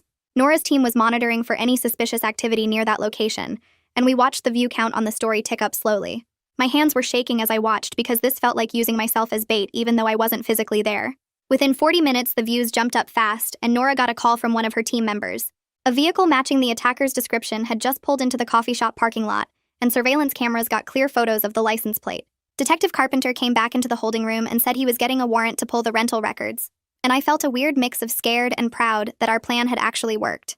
The license plate traced back to a rental company downtown, and within another 20 minutes, Detective Carpenter had the name on the rental agreement and was coordinating with other agencies to find out who was coordinating all these attacks. My phone buzzed in my pocket, and I jumped before remembering it was the burner phone from my emergency bag, not my real phone that my dad had destroyed. Nora took it from me and answered, then handed it over, saying it was producer Gemma calling back. Gemma's voice was tight with guilt as she said she was willing to delay the next episode of the documentary and add warnings about unintended consequences. It felt like such a small thing compared to everything that had happened, but at least it was something.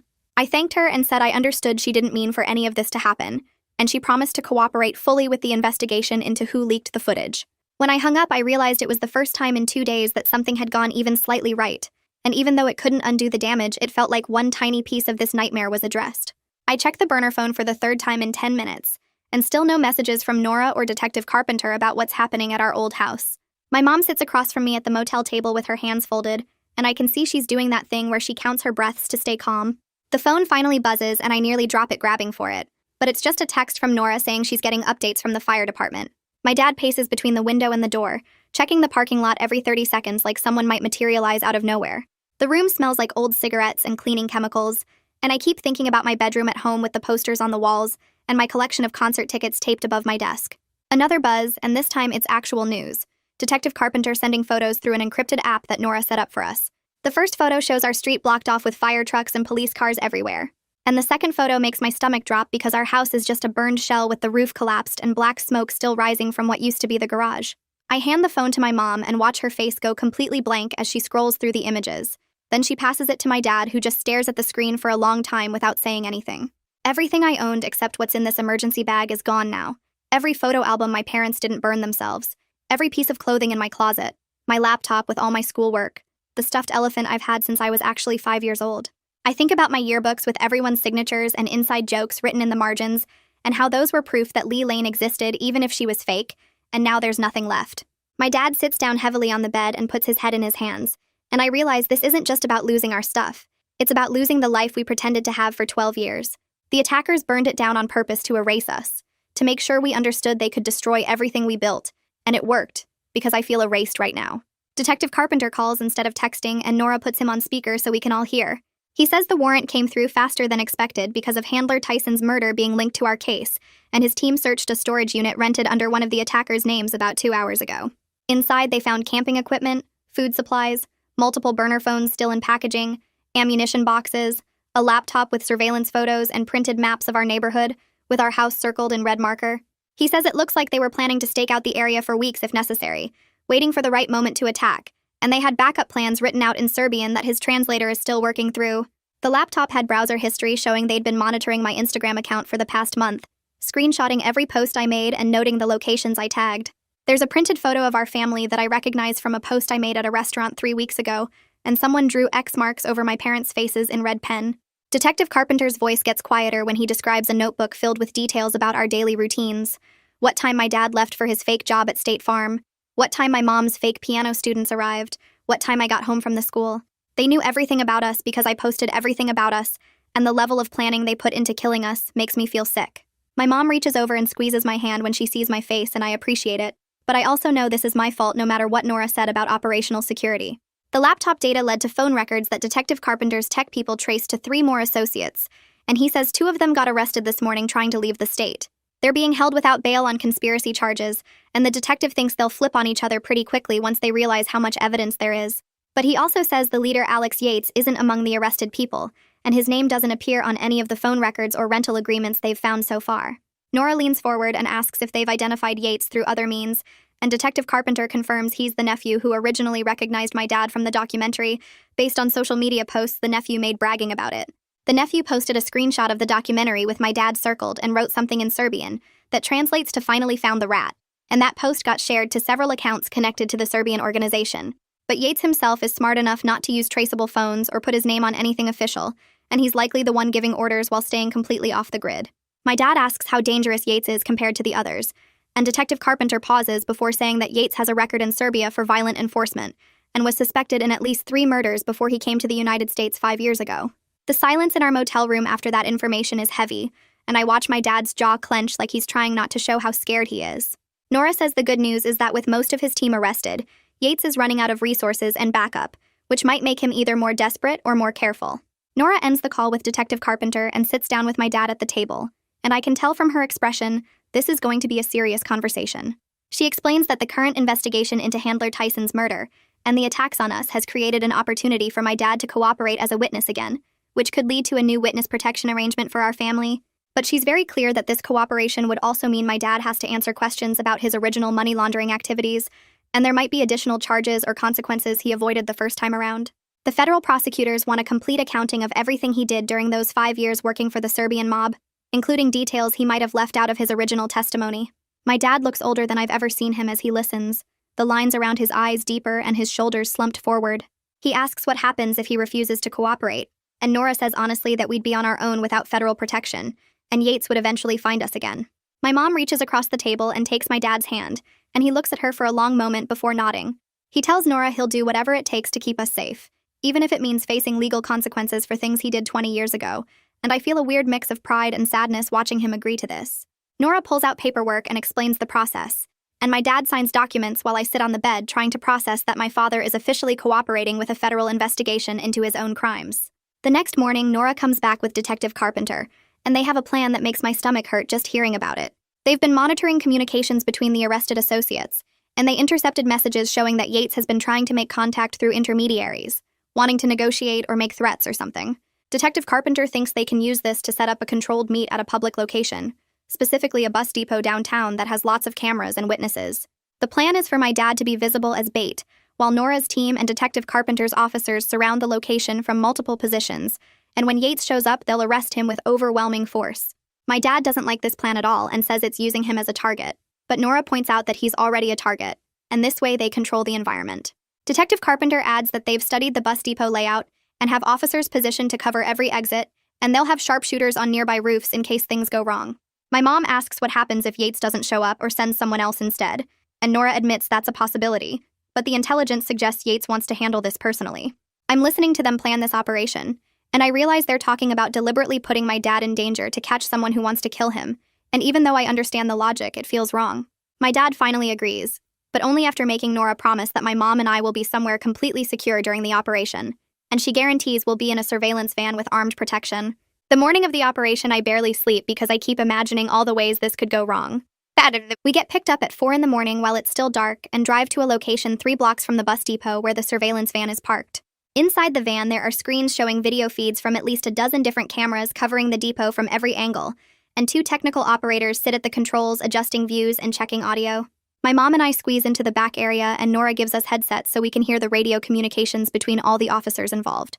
I watch my dad on one of the screens as he walks into the depot at exactly 6:30 in the morning like they planned, and he's wearing a wire so we can hear everything he says. He looks scared but determined as he sits down on a bench near the ticket counter, and I'm gripping my mom's hand so hard my fingers hurt.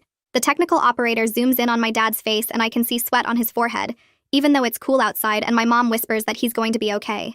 Nora's voice comes through the headset confirming that all positions are ready, and I count at least 8 different officers checking in from various locations around the depot. At 6:45, a man walks into the depot, and I know immediately it's Yates, because my dad's whole body goes tense on the screen. Yates has 2 other men with him, and they approach my dad slowly, and I can see Yates saying something that makes my dad's face go white. The audio from my dad's wire picks up Yates speaking in English with a thick accent, saying something about how my dad should have stayed dead. Then everything happens at once because Yates pulls a gun from inside his jacket, and my mom is screaming into the radio and shots are fired. Multiple officers converge from different directions, and I'm watching the screens trying to see where my dad is through all the chaos. One officer goes down holding his shoulder and there's blood on the ground, and I watch my dad drop flat with his hands over his head exactly like they trained him. The 2 men with Yates get tackled by officers and go down hard, but Yates himself somehow breaks away and runs toward the crowd of panicked travelers. More shots are fired and people are screaming and running in every direction, and the camera views keep switching trying to track Yates through the confusion. He disappears into a maintenance corridor and 2 officers chase after him, but when they come back out 30 seconds later, they're alone. Nora swears and grabs her radio demanding status updates from every position, and the responses confirm that Yates got away somehow. The scene at the depot is chaos with officers everywhere, and paramedics working on the wounded officer and travelers being interviewed by police. My dad gets handcuffed and led toward an unmarked car, and Nora explains through the headset that he's being taken into federal custody, both for his own protection and for questioning. I watch through the van window as they put him in the car, and even though I know this is part of the plan and necessary for his safety, it feels like I'm losing him all over again. My mom is crying quietly next to me, and I put my arm around her shoulders, and we sit there watching the screens as the depot slowly gets cleared and secured. The wounded officer is alive and talking to the paramedics, which is good news, but Yates escaping means we're still not safe. Nora climbs into the back of the van with us and apologizes for how the operation went, and I can see she's frustrated and angry about Yates getting away. She promises that every law enforcement agency in the region is now looking for him, and with his face all over the news and his associates arrested, he won't be able to hide for long. Detective Carpenter arrives at the van an hour later with updates about the arrests and the charges being filed. The 2 men who came with Yates are both in custody and already asking for lawyers, and the wounded officer is in stable condition at the hospital with a shoulder wound that should heal completely. They recovered Yates's gun from the scene along with shell casings and other evidence, and Detective Carpenter says the forensic team is processing everything to build the strongest possible case. He's coordinating with federal prosecutors to file charges against all the arrested attackers, and they're working to link everything back to Handler Tyson's murder through phone records and forensic evidence. It's not perfect justice because Yates is still out there somewhere, but at least most of his team is off the streets. Nora tells us the case is strong enough that the prosecutors expect most of the arrested people will take plea deals rather than risk trial, which means they'll probably testify against each other and provide more evidence. My mom asks what happens to us now, and Nora says we'll stay in protective custody while they continue hunting for Yates and processing my dad's cooperation agreement. I lean back against the van wall and close my eyes, and I'm exhausted and scared, but also relieved that at least some of the people who tried to kill us are locked up now. Nora makes phone calls for the next hour while we sit in the van, and I can hear her talking to judges and federal prosecutors about protective orders and custody arrangements. She gets approval for an emergency order that bars anyone connected to the Serbian organization from coming within 500 feet of my mom or me, and she explains this means if they violate it, they get arrested immediately regardless of other charges. The wounded officer is stable at the hospital, and his shoulder injury should heal completely according to the paramedics who updated Nora, which makes me feel slightly less guilty about this whole mess. Nora arranges for us to move to a secure apartment while they continue investigating and hunting for Yates, and she promises this place will be better than the motels we've been hiding in. We drive to a medical facility where my mom finally gets her ankle properly examined by a doctor who says it's badly sprained but not broken. They wrap it in a stiff brace and give her crutches, and watching my mom struggle to stand on one leg makes everything feel more real somehow. We sit in the quiet exam room after the doctor leaves, and my mom just starts crying, these deep, shaking sobs that scare me more than the guns did. She apologizes for all the years of lies and for not preparing me better for the possibility our cover could get blown, and I don't know what to say, so I just hold her hand and let her cry.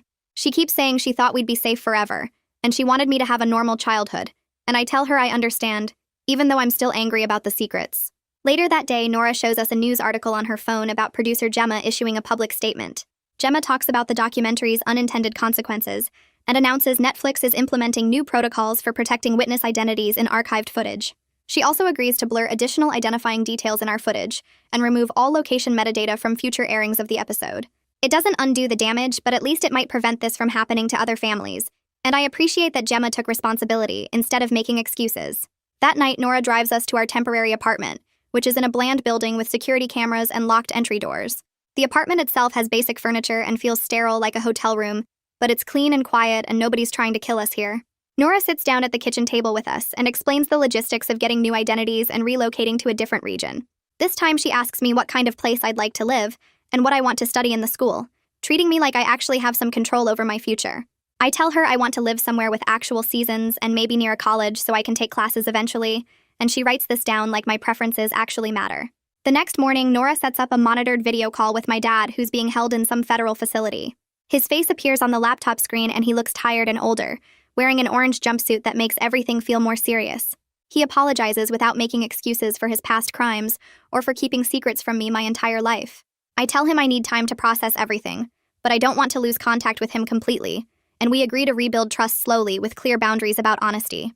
He asks if my mom is okay, and I tell him about her ankle and the brace, and I can see him wince even through the video screen. We only talk for 15 minutes because Nora says that's the limit, and when the call ends, I feel drained but also slightly better than before. Detective Carpenter calls Nora that afternoon with updates about the arrested attackers. Bail was denied for all of them due to flight risk, and the severity of charges including conspiracy to commit murder. Alex Yates is still at large but now has federal warrants, and every law enforcement agency in multiple states is actively hunting for him. Carpenter says they're also investigating Yates's financial records and known associates to figure out where he might be hiding. My mom sits me down after Carpenter's call and admits she's been hiding the full extent of her training and capabilities because she wanted to believe we'd never need them. She tells me she worked for a private security company overseas before witness protection, and she knows how to do things she's never told me about. She promises complete transparency going forward about her skills, her past, and any potential threats we might face. I tell her that honesty is the only way we can function as a family now, and she agrees and squeezes my hand. We spend the next 2 days packing out our remaining belongings from storage units and scrubbing our digital footprint with help from a tech specialist the Marshals Service sent over. The specialist shows me how to delete my Instagram account properly and erase cached data and archived posts. I watch years of photos disappear from the screen as I click through the deletion process, and it feels like saying goodbye to a version of myself that never really existed in the first place. All those pictures of Lee Lane at the school events and birthday parties and casual moments, all of it was built on lies and now it's just gone. The specialist also helps us close email accounts and remove our information from various databases, and by the end of the second day, it's like Lee Lane never existed at all. On the 5th morning, I wake up in the secure apartment and find Nora making coffee in the kitchen. She calls me Madison for the first time instead of Lee, asking if I'm ready to start the relocation process. I take a deep breath and say yes. And I realize that even though I'm scared and angry and grieving for my old life, I'm also still here and still fighting. My mom is alive and my dad is safe in custody, and most of the people who tried to kill us are locked up. Yates is still out there somewhere, but we survived this far, and that has to count for something. Nora pulls out paperwork for our new identities and starts explaining the next steps, and I force myself to focus on her words instead of thinking about everything we're leaving behind. This is my life now, and I need to figure out how to live it, one decision at a time. And that's today's story. Thanks for listening. It really means a lot to know you're on the other side of the screen. I hope it brought a smile or two. Subscribe if you'd like to keep building these moments together. It was just a trip thing, but he made me feel something I haven't felt in years, she justified. So I nodded and let her pack.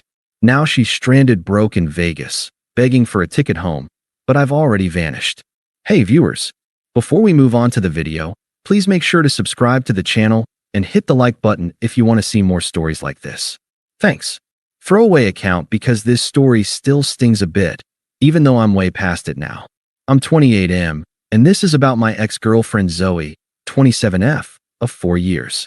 We met in college, back when life felt full of promise.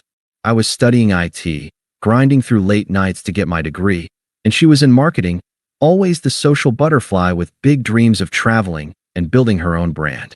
From the start, I was all in. Loyal to a fault, you know? I saw us as a team, building something real together. We moved in together right after graduation, into this cozy apartment in our quiet Midwestern town. It wasn't fancy, but it was ours.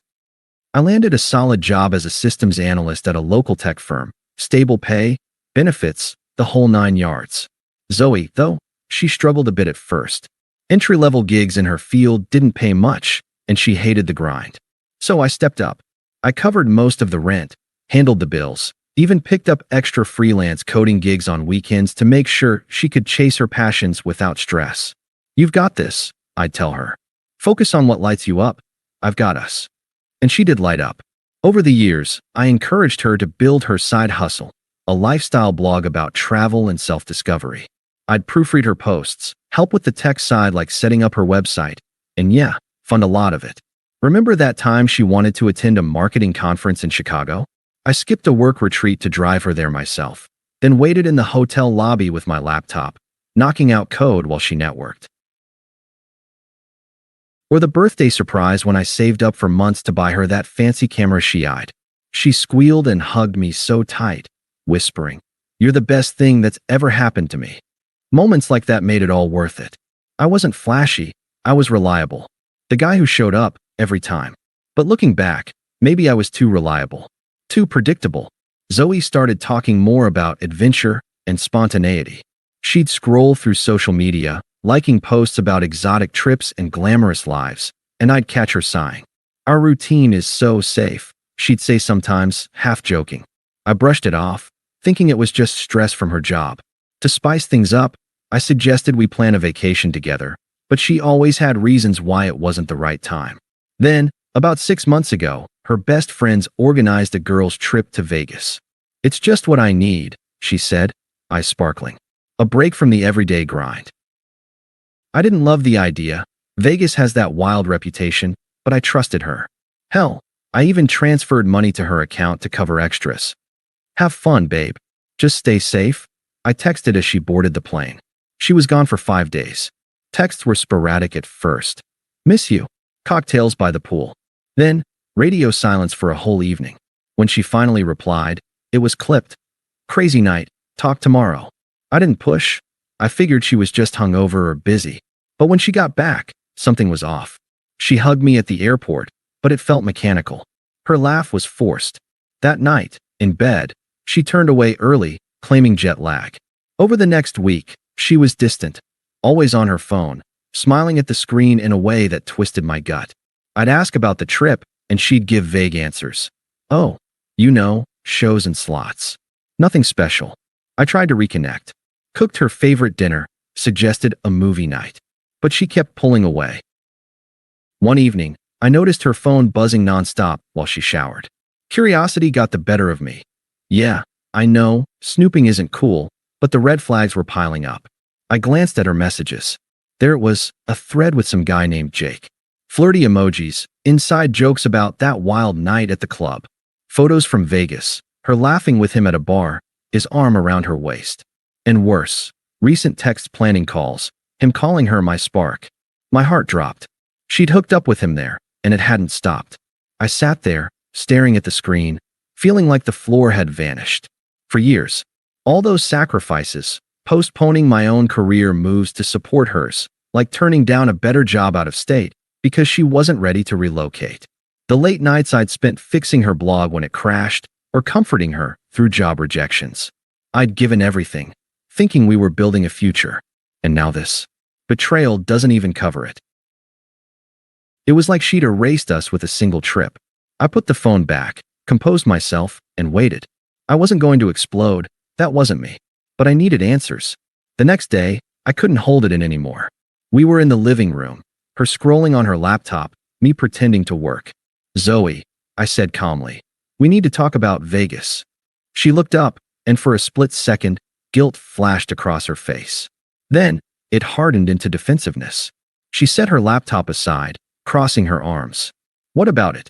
Her tone was sharp, like I'd accused her of something outrageous. I took a deep breath, keeping my voice steady. I saw the texts. "With Jake. The photos, the plans. You hooked up with him, didn't you? And it's still going on." She didn't flinch, didn't deny it. Instead, she leaned back, sighing like I was the one being dramatic. "Okay, fine. Yeah, it happened. We met at a club on the Strip. My friends ditched early, and he was there. Charming, fun. One thing led to another. It was just supposed to be a trip thing, a fling. But he made me feel something I haven't felt in years." I stared at her, the words hitting like punches.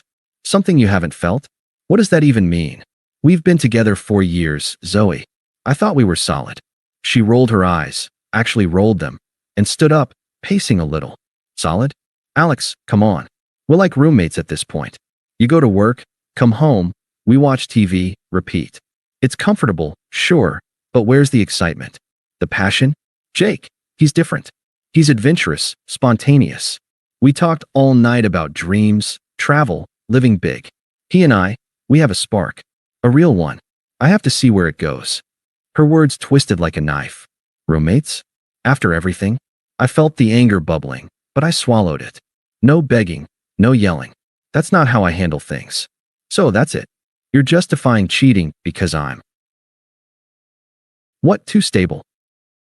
I supported you through everything, your blog, your jobs, this trip I paid for. And now you're throwing it away for some guy you met in a casino." She stopped pacing, turning to me with that smug look, like she'd already won the argument in her head. "Don't make this about money, Alex. That's low. This isn't about you being bad, you're not. You're just safe. Predictable. I need more. I've been feeling stuck, and Vegas opened my eyes. Jake gets that. He's talking about me visiting him soon, maybe even moving out there. We could build something exciting. You and I, we've plateaued. It's not fair to either of us to drag it out. Hypocrisy at its finest. She used my stability to fund her self-discovery, then mocked it as boring. Plateaued. Zoe, relationships aren't always fireworks. We built something real. Or at least, I thought we did." She shrugged, dismissive. "See? That's the twisted logic. You think real means settling.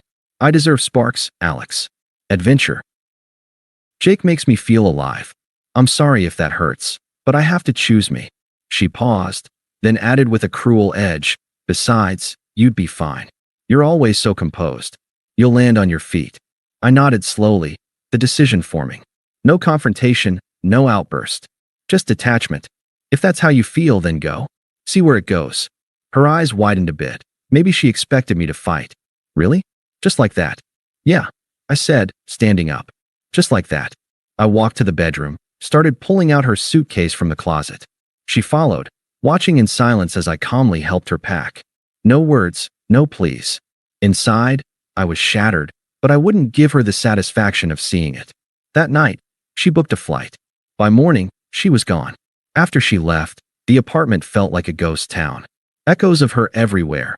Her favorite mug in the cabinet, the half-empty bottle of shampoo in the shower. I didn't trash it all in a rage. That wasn't my style. Instead, I methodically boxed up her leftover stuff, labeled it neatly, and stashed it in the hall closet. Then, I sat on the couch, staring at the wall, letting the silence sink in. No tears, no drunken calls to friends. Just me, processing the unfairness of it all. The first few days were the hardest. I'd wake up reaching for her side of the bed, only to remember. Confusion hit hard. How could 4 years evaporate over a weekend fling? I replayed our history in my mind, those little sacrifices that added up. Like the time her car broke down during a snowstorm, and I trudged out at 2 a.m. to jump it, freezing my ass off while she waited warm inside. Or when she lost her job last year. I tightened the budget, cut my own luxuries, and reassured her daily, "We'll get through this together." She'd cry on my shoulder, promise we'd always have each other's backs. Now, she was chasing sparks with a stranger, dismissing me as a roommate. It stung, the betrayal wrapping around the emotional abandonment. I'd been her safety net, and she'd cut the ropes without a second thought. But I didn't spiral.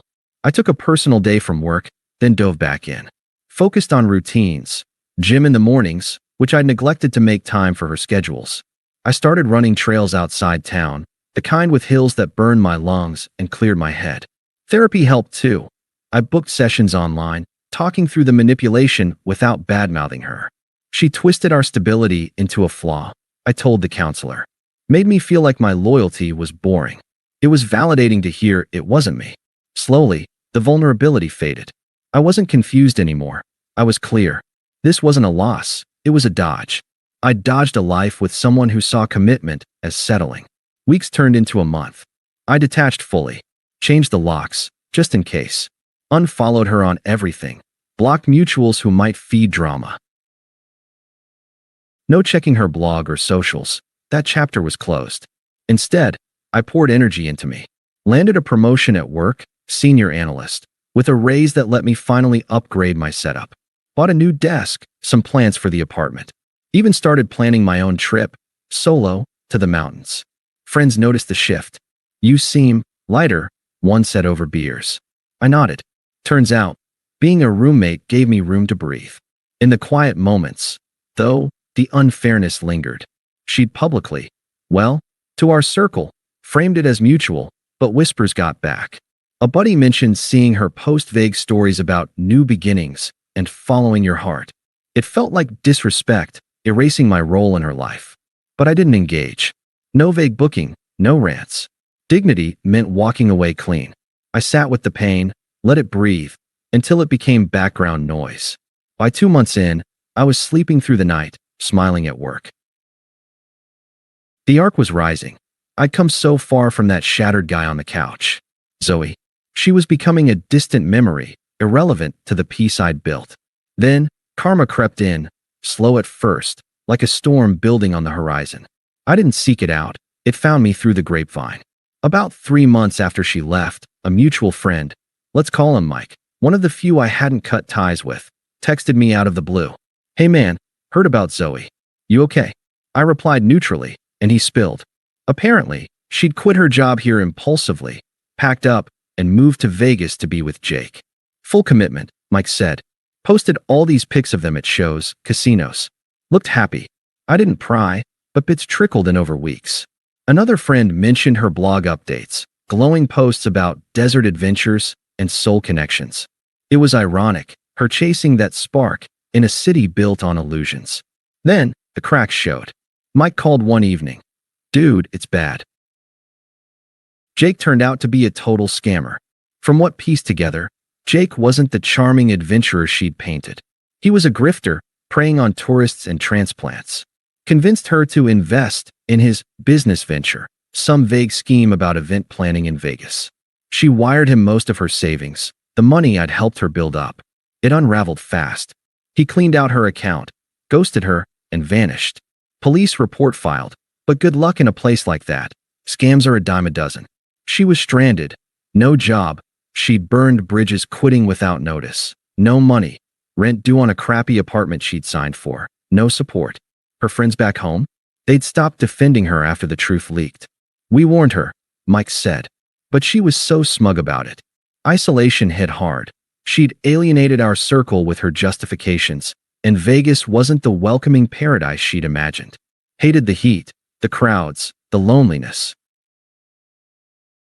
Her blog went silent, replaced by desperate job hunts online. It felt earned, realistic. Not some cartoon villain downfall, but consequences of her choices, ditching stability for a fake thrill, manipulating our history to justify it. I didn't gloat, just noted the irony. She discarded me like a backup plan, and now she was the one unraveled, broke, alone, in a city that chewed her up. The attempt started small, about a week after the scam blew up. First, a text from an unknown number. Hers, I guessed, since I'd blocked her old one. Alex, it's Zoe. I need to talk. Made a huge mistake. I stared at it, feeling nothing but mild annoyance. No response. Then calls, voicemails piling up. I listened to one. Please pick up. Things went wrong with Jake. He took everything. I'm stuck here. Can we just talk? I miss us. Desperation ramped up. More texts. I know I hurt you, but I was confused. Vegas was a wake-up call. You're the real deal. Then, her best friend Sarah got involved. Toxic as ever, the one who'd encouraged the trip. My phone rang one afternoon at work. I answered, thinking it was a client. Alex? It's Sarah. Listen, Zoe's in a bad spot. That guy's a creep. Stole her money, left her high and dry. She's crashing on a couch, scraping by with gig work. You need to help her. I kept my tone even. Sarah, that's not my responsibility anymore. She huffed, unpleasant edge sharpening. Oh, come on. After 4 years, you're just gonna abandon her? She said you were always the reliable one. Prove it. Send some cash, or at least talk to her. She's crying every night. Hypocrisy dripped from her words. Abandon her? Like Zoe hadn't abandoned me? She chose this path. I'm out. I hung up, blocked her too. Zoe escalated. Emails now, since texts weren't working. Alex, please. I see now how good we had it. Your stability? I took it for granted. Jake was fake, abusive in ways I didn't see coming. Yelled at me, controlled everything before bolting. I'm isolated here. No friends, no family nearby. Help me get home. No sympathy from me. Then, her family jumped in. Her mom texted from a number I didn't recognize. This is Zoe's mother. How dare you ignore her? She's your girlfriend, ex or not. You owe her after all she put up with. Your boring routine drove her away, and now she's suffering. Wire money for a ticket. Be a man. Unpleasant didn't cover it. Blaming me for Zoe's choices? I replied once. She ended us. Not my circus. Blocked. Zoe's attempts turned angry after that. A late-night voicemail. Fine, ignore me. But you're heartless, Alex. I gave you the best years of my life, and this is how you repay? Oh me? Yeah, you do, for the emotional support, the love. Jake exposed what a fool I was, but you're worse for ghosting now. Pick up. Power reversal clear, from smug dismissal to desperate blame. Her true colors shone, manipulative, entitled. Friends who defended her initially? Silent now, the truth out. I stayed detached, no engagement. She'd become increasingly frantic, but to me, just noise. One evening, months into my new normal, the phone rang, blocked number. I answered anyway, curiosity mild. It was her, voice cracking from the start. Alex? Oh God, finally. It's Zoe. Please don't hang up. I'm begging. I'm at rock bottom, evicted yesterday, sleeping in a motel I can't afford past tonight. No money for food, let alone a plane ticket home. Jake, he ruined me. Abusive texts before he disappeared, drained my accounts. I'm alone, scared. Can you wire me enough for a flight? I'll pay you back, I swear. We can talk when I'm back. Fix things. She sobbed, the desperation raw. I know I was cruel, dismissive, but I see now, you were my anchor. I threw it away for nothing. Please, help me home. I have no one else. I listened in silence, the minutes stretching. No words from me. Her pleas filled the air. Alex? Say something. I'm sorry. Truly. Let me make it right. Click. I hung up. That was it. Changed my number the next day, vanished completely from her reach. No final speech, no closure for her. She was irrelevant now, powerless in my world. I'd built something better. Promotion thriving, new apartment with a view, even dating casually. Someone who values stability as strength. Her betrayal? A lesson that freed me. She's a ghost from a past I don't revisit. Emotionally, I'm miles ahead, happy, whole, without her echo. Thanks for watching. Make sure to subscribe to the channel and hit the like button. What do you think about this story? Share it in the comments. Eloped without telling my family after they demanded me to postpone my wedding for a decade, so my unemployed brother could get his life, and it would look bad if the younger sister got married first. I, 26F, Have been with my now husband James, 28M, for 6 years, engaged for the last 2, and we finally got married last weekend. But there's a whole mess of family drama that led to this point, and I'm still trying to process everything. For context, I'm the younger of 2 siblings.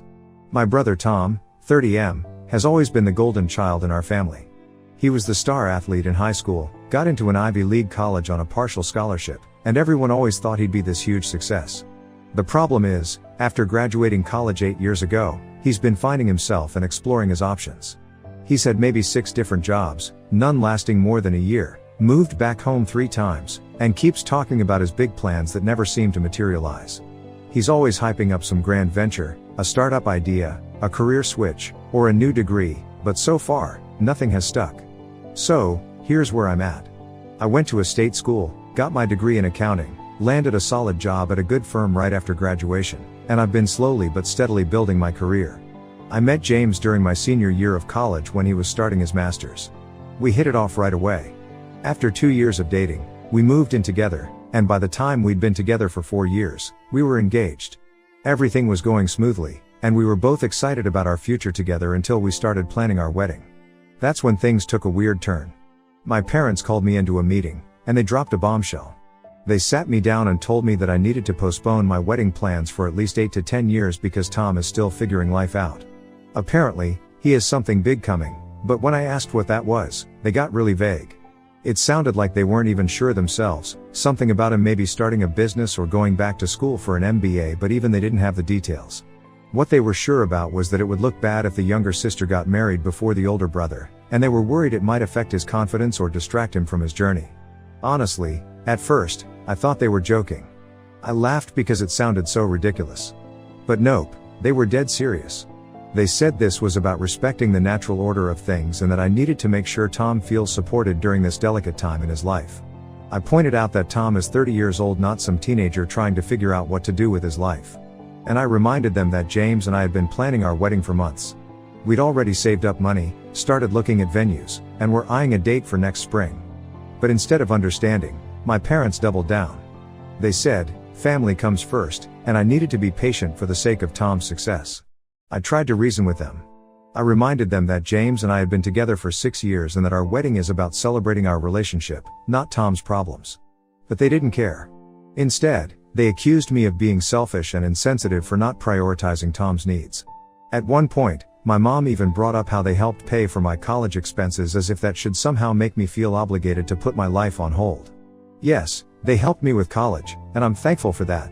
But I've been financially independent since I graduated, and I've never asked them for anything since. James was absolutely furious when I told him about this conversation. He's always been supportive of my family, but this time he couldn't hold back. He said we shouldn't have to put our lives on hold just because Tom's always in a maybe someday mindset. After several heated discussions with my parents that led to absolutely no progress, James and I made a bold decision.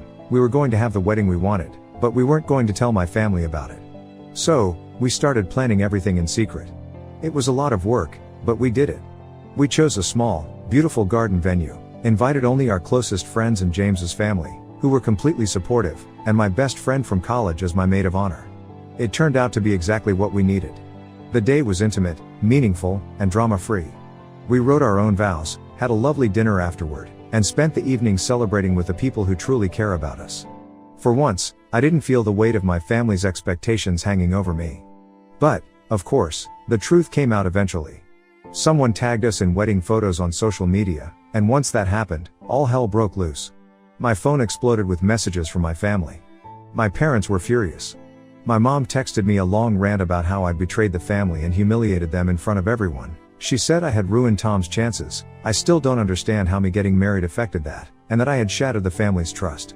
Of course, Tom played the victim like always. He claimed that my wedding set back all his progress and that I should have waited until he was more settled.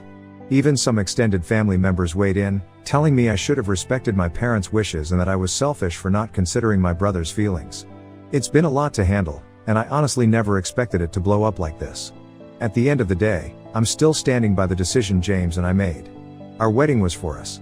We're not responsible for Tom's issues or the way my parents have handled him. But it's definitely been eye-opening. I always thought my family would understand, but this whole situation has shown me just how deep the dysfunction really goes. James's family, on the other hand, has been amazing. They told us we did the right thing and that we shouldn't let my family's toxicity overshadow our happiness. My friends have also been incredibly supportive, reassuring me that my parents' request was ridiculous and I had every right to go ahead with my plans.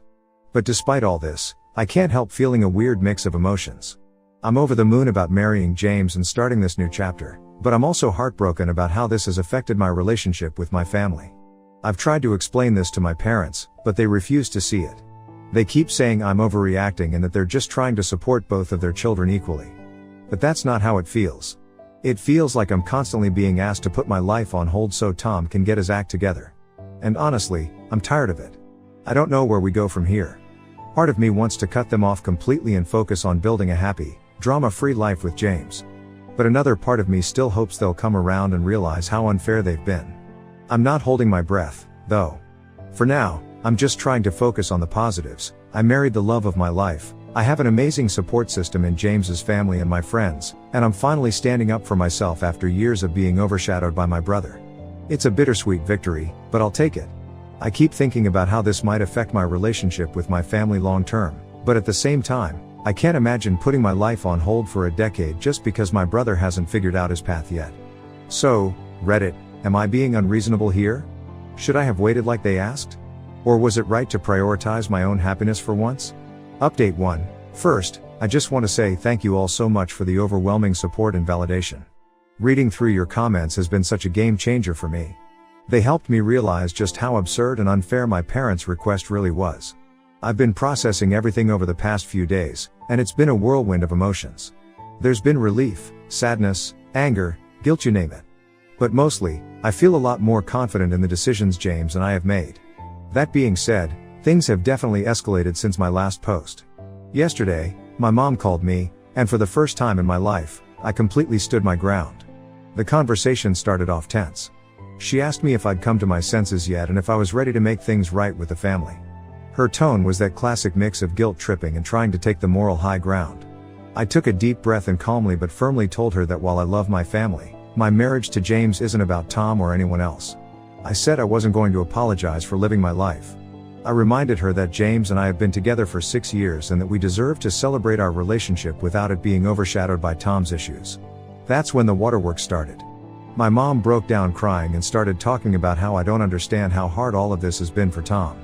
She said watching his baby sister succeed while he's still struggling to find his way has been really hard on him. Then she dropped a bombshell. Tom has been dealing with depression. Hearing that hit me hard. Depression is no joke, and I've seen friends go through it, so I can empathize with how much he must be struggling. But at the same time, I told her that enabling him by trying to hold everyone else back isn't helping him. If anything, it's just reinforcing this idea that the world will stop and cater to his needs, which isn't realistic or healthy. I told her I'm open to supporting Tom in ways that are appropriate, but sacrificing my happiness and future isn't one of them. That's when she got really quiet. Then, out of nowhere, she hung up on me. Not long after, I got a text from my dad.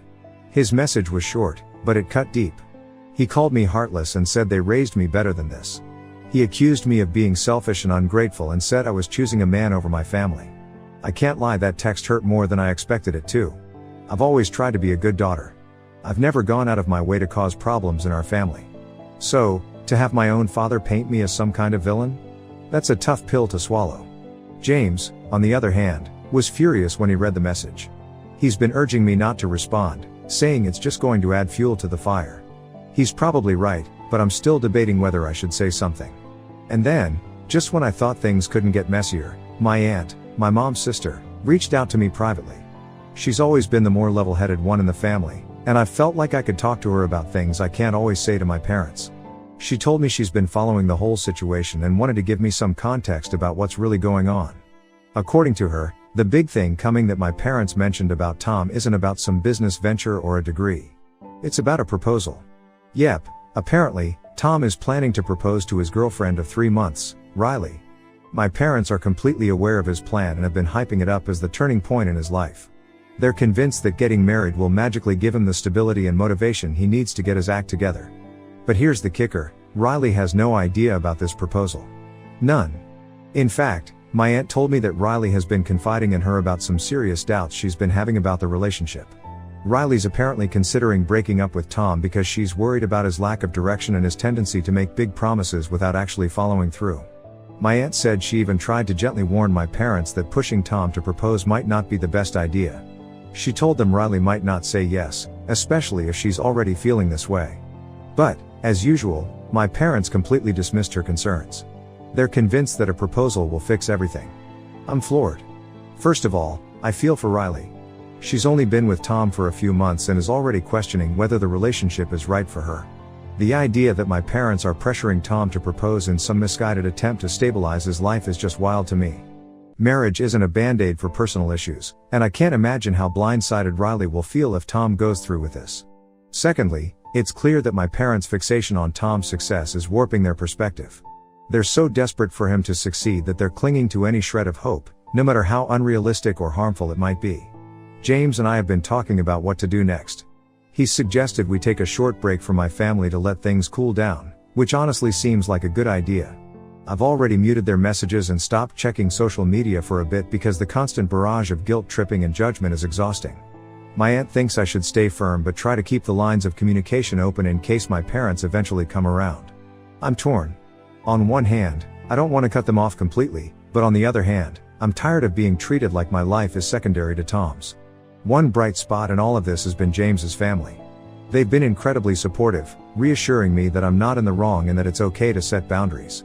His mom even invited us over for dinner last night, and it was such a relief to be around people who genuinely care about our happiness without any strings attached. It reminded me that family doesn't have to mean blood relatives, it's about the people who love and support you unconditionally. As for Tom, I'm not sure what to do. Part of me wants to reach out to him and see if he's okay, especially after hearing about his depression. But another part of me wonders if that would just feed into the dynamic where I'm always the one making the effort while he gets a free pass. I don't want to enable his behavior, but I also don't want to abandon him if he genuinely needs help. It's a delicate balance, and I'm still trying to figure out the right approach. For now, I'm focusing on James and our new life together. We're planning a small weekend getaway to decompress and celebrate our marriage without any drama. It feels like the right move, even if it's bittersweet. I'm hoping that with time, my family will realize that this isn't about choosing sides or being ungrateful. It's about me finally standing up for myself and prioritizing my own happiness. And honestly, it feels good to finally put myself first. Thank you again for all the support. Your words have meant more to me than I can express. I'll keep you guys updated as things unfold. Update 2, things have taken a really unexpected turn. Riley, Tom's girlfriend, reached out to me on Instagram the other day. She started off by congratulating me on my wedding, which was surprising but nice. Then she said she needed someone to talk to about Tom. I didn't know how to feel about it at first. I mean, Riley and I have only met a handful of times, and we're definitely not close. But she seemed genuinely upset, so I figured I'd hear her out. We set up a time to meet for coffee. When we finally sat down, Riley didn't hold back. She opened up almost immediately, and wow, she had a lot to say. First off, she confirmed what my aunt had already told me: she's planning to break up with Tom. She said it's because she's deeply worried about his complete lack of direction in life. He won't commit to a career, won't take responsibility for anything, and it's gotten to the point where she feels more like his caretaker than his partner. She said she's completely drained. What really stood out to me was how Tom doesn't even seem to realize there's a problem. Riley said every time she tries to have a serious conversation with him about their future, he just brushes her off. Either that, or he accuses her of not being supportive enough. Can you imagine? She's been bending over backward to help him, and instead of being grateful, he turns it back on her. Riley's got her life together. She's a professional, she's successful, and she clearly knows what she's doing. But according to her, Tom doesn't seem to respect that at all. She told me about this time when she offered to help him update his resume and prepare for a job interview. Instead of appreciating her effort, he laughed it off and said he didn't need help because he was waiting for something better. Like, what? Another time, she suggested he take a course to develop skills for a job he claimed he wanted. But again, he dismissed it, saying it was a waste of time and that he'd figure it out on his own. She said it's like he doesn't see her as a partner or even as someone who could support him, just as someone who's there to cater to his every whim. What really broke my heart, though, was when Riley started talking about my parents. Apparently, they've been pressuring her nonstop. They've been telling her that she could help Tom reach his potential and promising to support them both while Tom gets his life together. My mom even told Riley that she'd be good for Tom because she's so stable and hardworking. Like, Seriously? It's like they see Riley as a tool to fix Tom, not as a person with her own feelings and boundaries. Riley said this constant pressure from my parents is one of the biggest reasons she's done with the relationship. She feels like they're more focused on keeping Tom afloat than on respecting her or acknowledging how she feels. And honestly, I can't blame her. That would wear anyone down. As Riley kept talking, I started realizing just how bad things really are. I knew my parents were enabling Tom, but I had no idea it went this deep. She told me they've been paying off his credit card bills and giving him an allowance for so-called networking events. But get this, those networking events are really just nights out drinking with his buddies. And it doesn't stop there. Riley said my parents have even promised to help Tom start a business, using their retirement savings. They're waiting for him to find the right opportunity, but we all know that's just code for Tom sitting around doing nothing while they keep funding his lifestyle. Hearing all of this made my stomach turn. I knew they were enabling him, but I didn't realize it was this extreme. I felt so sorry for Riley. It's so obvious that she's been doing everything she can to hold things together, but the weight of it all has been crushing her. She's such a kind, intelligent woman who honestly deserves so much more. She needs a partner who supports her, not a project she has to fix. The way my parents have placed this burden on her is just heartbreaking. Before we parted ways, Riley thanked me for listening. She said it felt good to finally get everything off her chest, and I could tell she genuinely meant it. I told her I'm here for her if she ever needed to talk again, and I truly meant that. Whatever happens with her and Tom, she deserves support and kindness. After our conversation, I couldn't just sit with everything she'd told me. I knew I had to bring it up with my parents. So, I decided to write them an email. I laid out everything Riley had shared with me, including how much pressure they've been putting on her and how it's been affecting her relationship with Tom. I tried to make it as clear as possible that their behavior wasn't helping anyone, not Riley, not Tom, and definitely not themselves. In the email, I told them I love them, and I love my brother, but the way they're enabling Tom is only holding him back. I pointed out how their actions are preventing him from growing up and taking responsibility for his own life. To try and be constructive, I suggested family therapy as a way to work through all of this together. I even attached some resources I found about enabling behaviors and healthy family dynamics. I wanted them to know I wasn't trying to attack or blame them, I just wanted us all to find a healthier way forward. So far, I haven't heard back from them. I'm not surprised, they're probably upset or maybe just not ready to respond, but it still stings. I can't help but hope they'll at least read the email and take some time to think about what I said. Even if they don't agree with me right away, maybe it'll plant a seed. James has been really supportive through all of this. He told me I did the right thing by reaching out, even though he knows how hard it was for me. He's also been encouraging me to set some firm boundaries if my parents don't change their behavior. And he's right, of course, but it doesn't make it any easier. I know my parents mean well, they just love Tom so much that they're blinded by it. They want so badly for him to succeed that they can't see how much damage they're doing in the process. For now, I'm trying to focus on my own life. James and I are finally planning that weekend getaway we've been talking about for ages, and I honestly can't wait. After everything that's happened, I really need some time to just relax and enjoy being newlyweds. These past few weeks have been so overwhelming, but I'm learning to prioritize what really matters: my happiness, my marriage, and my future. As for Tom, I hope he finds his way someday. But I've realized that I can't keep putting my life on hold for him. It's not fair to me, and it's not helping him either. And when it comes to my parents, I'll give them time to process everything, but I'm no longer willing to bend over backward to make them happy. It's time for all of us to grow up and start taking responsibility for our own lives. I just want to say thank you again to everyone who's been so supportive through all of this. Your encouragement and kind words have meant more to me than I can even explain. They've helped me stay grounded and reminded me that I'm not alone in this. I'll keep you all updated if anything changes, but for now, I'm focusing on moving forward. James and I deserve to build the life we've always dreamed of, and that's exactly what we're going to do. Update 3. Hey everyone, so much has happened in the last few days, and honestly, I'm still trying to wrap my head around all of it. First off, Riley and Tom are officially over. She broke up with him, and let's just say it didn't go smoothly. Tom completely lost it. Like, full meltdown mode. He showed up at our apartment at 2 a.m., drunk out of his mind, banging on the door and yelling like a lunatic. It was terrifying. James opened the door, and Tom stumbled in, immediately launching into some wild rant about how I'm the one who ruined everything. He said if I'd just waited to get married, none of this would have happened. The level of delusion is honestly insane. James stayed super calm the whole time, thank God for him, and after trying to reason with Tom for what felt like forever, he called him an Uber and made sure he got home okay. But the whole situation shook me up. I barely slept that night, just lying there thinking, how did it even get to this point? Then, the next day, my parents called a family meeting. They said it was time to clear the air and figure out how we're all moving forward. James and I agreed to go, but I was firm this wasn't going to be some debate about my marriage. I told them up front, we'd talk, but only if they respected our boundaries. They reluctantly agreed, so we went. Tom didn't show up, big surprise, apparently too hungover to bother. So it was just me, James, and my parents. Things got intense fast. My mom broke down crying early on, saying she feels like she's losing both me and Tom. That hit hard. My dad tried to play it cool, but eventually, he admitted they'd been terrified that Tom would never get his act together. What really stuck with me, though, was when he said my success makes Tom's struggles look worse. Like, really? That's such a messed up way to look at it, but it does explain a lot about how they've acted toward me. James and I let them talk without interrupting, but when it was my turn, I didn't hold back. I told them straight up that their constant enabling of Tom isn't helping anyone, it's hurting him, and it's created this awful, toxic dynamic for the rest of us. I pointed out how they've even put their own financial stability on the line to keep bailing him out.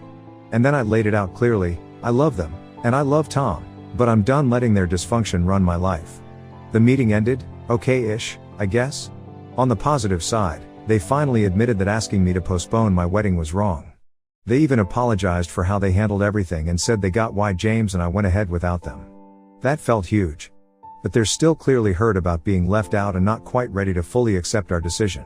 The good news is they agreed to stop enabling Tom, though I'll believe it when I see it, and they even suggested he start therapy. That feels like a step in the right direction, assuming they actually follow through. So yeah, that's where things stand. It's a lot to take in, but I'm hopeful. At least there's progress, even if it's baby steps. As for James and me, we're taking a step back from the family drama for now.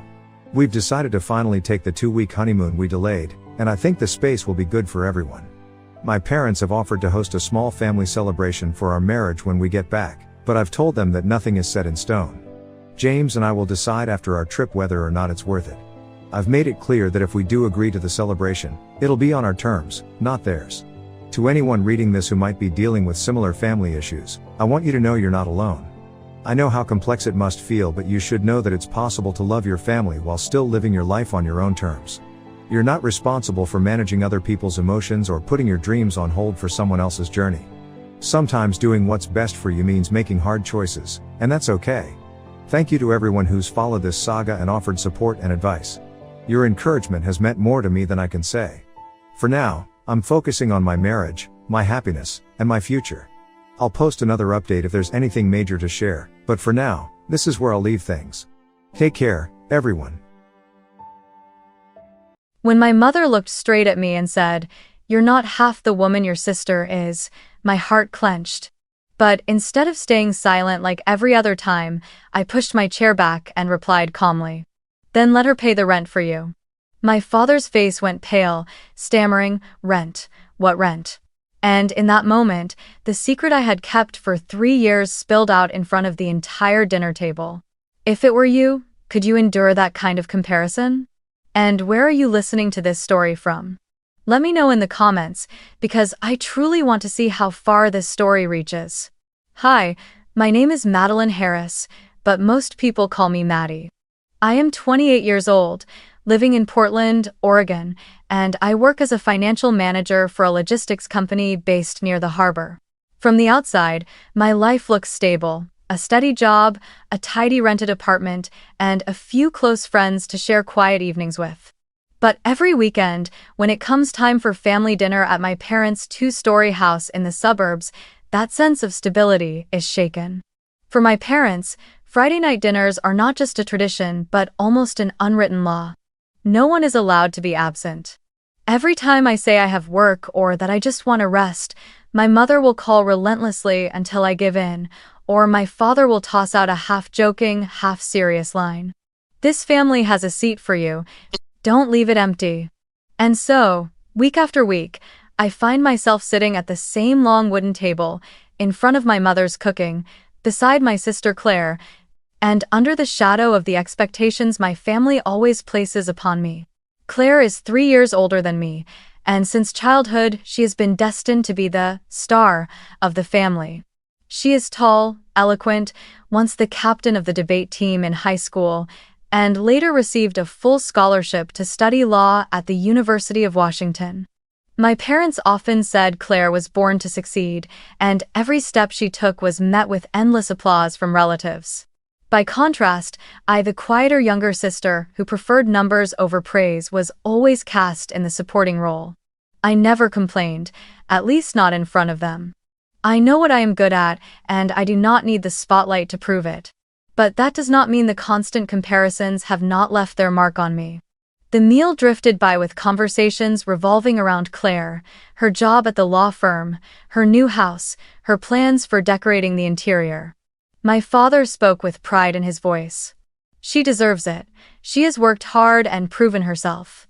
My mother nodded in agreement, adding, "That's right, Claire always makes us proud. The entire family can look to her with pride." I stayed silent, pushing food around my plate, swallowing each bite with a trace of bitterness. Since the age of 17, I had been working part-time jobs to pay for my own college tuition.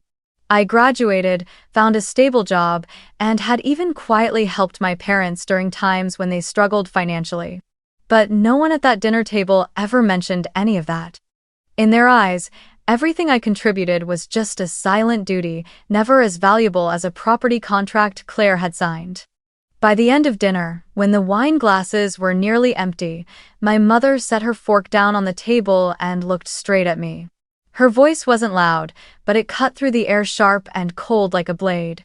"You are not even half of your sister." In that moment, I felt my heart tighten, but instead of tears as in the past, a strange calm rose within me. I pushed my chair back, the scraping of wood against the floor sending chills through the room. I looked directly into my mother's eyes, then turned to Claire, still wearing her triumphant smile, and said in a voice so steady it was almost icy, "Then let her pay the rent for you." The entire room went silent. Claire blinked in confusion, my mother's eyes widened in disbelief. My father, who had been smiling the whole evening, suddenly turned pale. He forced out each word, as if to make sure he had heard correctly. "Rent? What do you mean?" I sat upright, my hand resting on the chair, my heart pounding but my voice steady. "I mean that for the past 3 years, I have been sending money every month to help you pay the mortgage on this house when the family was struggling after the pandemic." In my mind, it was like a film rewinding back to a winter night 3 years ago. That evening, I had just finished working late, still sitting in my rented apartment in Portland, surrounded by stacks of financial papers for clients, when my phone buzzed nonstop. Seeing my mother's number, I froze a little, because she rarely called me at that hour. When I picked up, her voice was trembling, choked with fear. "Maddie, we might lose this house. Your father just lost a major construction contract, and we don't have enough to cover the mortgage payment this month. If the bank doesn't receive the money on time, they'll send a notice next week." I remember clearly the icy chill that ran down my spine as those words sank in. Our house, the one I grew up in, the place holding all my childhood memories, was on the verge of disappearing because of a number on a debt statement. My mother sobbed, her voice breaking like someone about to drown. "Can you help us just this one time? Just to keep the roof over our heads. After this, your father and I will find a way to pay it back." I didn't hesitate long. At that time, I had been working for a few years and saved a small amount, hoping to buy my own apartment within 2 or 3 years. I took a deep breath and said, "Yes, I'll transfer it first thing tomorrow morning." After hanging up, I sat staring at the dark screen, my chest heavy, but I comforted myself, just this once. The family is in crisis. I'll help, and then everything will go back to normal. The next morning, I transferred the money through the bank. My mother called back, her voice filled with relief and gratitude, repeating over and over, "Thank you, just this once." I believed her. I wanted to believe her. But once became twice, then 3 times. The next month, my mother texted, "Sweetheart, your father's company still hasn't recovered. Can you help just this month? Next month we'll manage on our own." I agreed again. The following month came with the same promise, just this once. Little by little, those transfers became a routine until I eventually set up an automatic payment schedule with the bank. Every time I saw my account balance drop, I told myself, family comes first, I'll rebuild my savings later. But deep down, I knew my dream of owning my own apartment in downtown Portland was slipping further away. I remember one particular evening, working late at the office, when my father called. His voice no longer carried its old confidence but was rough and heavy. "Maddie, I hate having to ask you, but this month we really can't make it. If we lose the house, your mother will fall apart. I promise, just this month." I sat there, staring out the glass at the drizzle falling onto the street, feeling both pity and anger. Pity, because my father had lost the pride he once carried. Anger, because once again, I had to put my own dreams on hold. And yet, I nodded, almost by reflex. 3 years, over 36 transfers, more than $70,000. That was the sacrifice I had made. And yet, within the family, not once had anyone acknowledged it. Not once at these dinners had a single word of thanks been offered to me. To them, everything I gave seemed invisible, as if it were simply the expected duty of a daughter, still unmarried, without dependence, with a steady income. End of try. And now, sitting at that dinner table, when I finally spoke the truth, my parents immediately denied it. My mother furrowed her brows, her voice trembling. "We never asked you to do that. You must be mistaken. If you chose to help, don't bring it up now." My father crossed his arms, trying to reclaim authority. "Maddie, we appreciate that you once helped, but bringing it up like this at the dinner table is inappropriate." Hearing their words, I let out a bitter laugh. Inappropriate? For 3 years, I quietly helped you keep this house, and tonight I sit here listening to Mom say I'm not even half my sister. Don't you see the injustice in that? That room felt so heavy that it seemed as if every sound outside had been muted, leaving only my heart pounding. After I spoke the truth I had buried for 3 years, silence fell over the dinner table. Claire sat still, her hands clasped together, eyes looking away as if this had nothing to do with her. My parents reacted exactly as I had imagined, denial, avoidance, then shifting the blame onto me. And in that moment, a memory crashed over me like a wave, tied to a familiar feeling. I had always been the invisible one in my own family. Since I was little, whenever relatives gathered, I would sit at the small table while Claire stood in the living room, telling jokes, performing a short dance, or reciting passages by heart. Everyone would clap and say, "She's clever and lively, she's sure to succeed." Me, the child who liked to hold a pencil and calculate, who sat meticulously building Lego diagrams, would get only a brief comment. "Maddie is quiet, very sensitive." That label stuck with me through childhood like a shadow I could never shake. In class my math scores were always top, yet when my parents boasted to acquaintances, all they mentioned was, "Claire just won a debate prize, Claire made the debate team." I stood behind them, clutching my A+ paper, feeling like nothing more than a faded backdrop. Those memories flooded back as I sat at the dinner table today. I wanted to scream, "What about me? What did I do wrong? I paid your debts, I kept this house from being foreclosed, I worked my tail off since I was 17 to pay my own tuition." But those words stuck in my throat. Instead, I heard myself whisper almost inaudibly, "Why am I always just a shadow?" No one answered. My mother set down her spoon and looked at me with a gaze that was half gentle, half reproachful, then sighed. "You are always too sensitive. We never thought you were less important. It's just that Claire's path is more visible. You have to understand." I gave a bitter laugh. More visible, meaning her work is in the spotlight, while what I sacrificed is only meant to be hidden? My words fell into the silence. Claire shifted slightly, but still said nothing.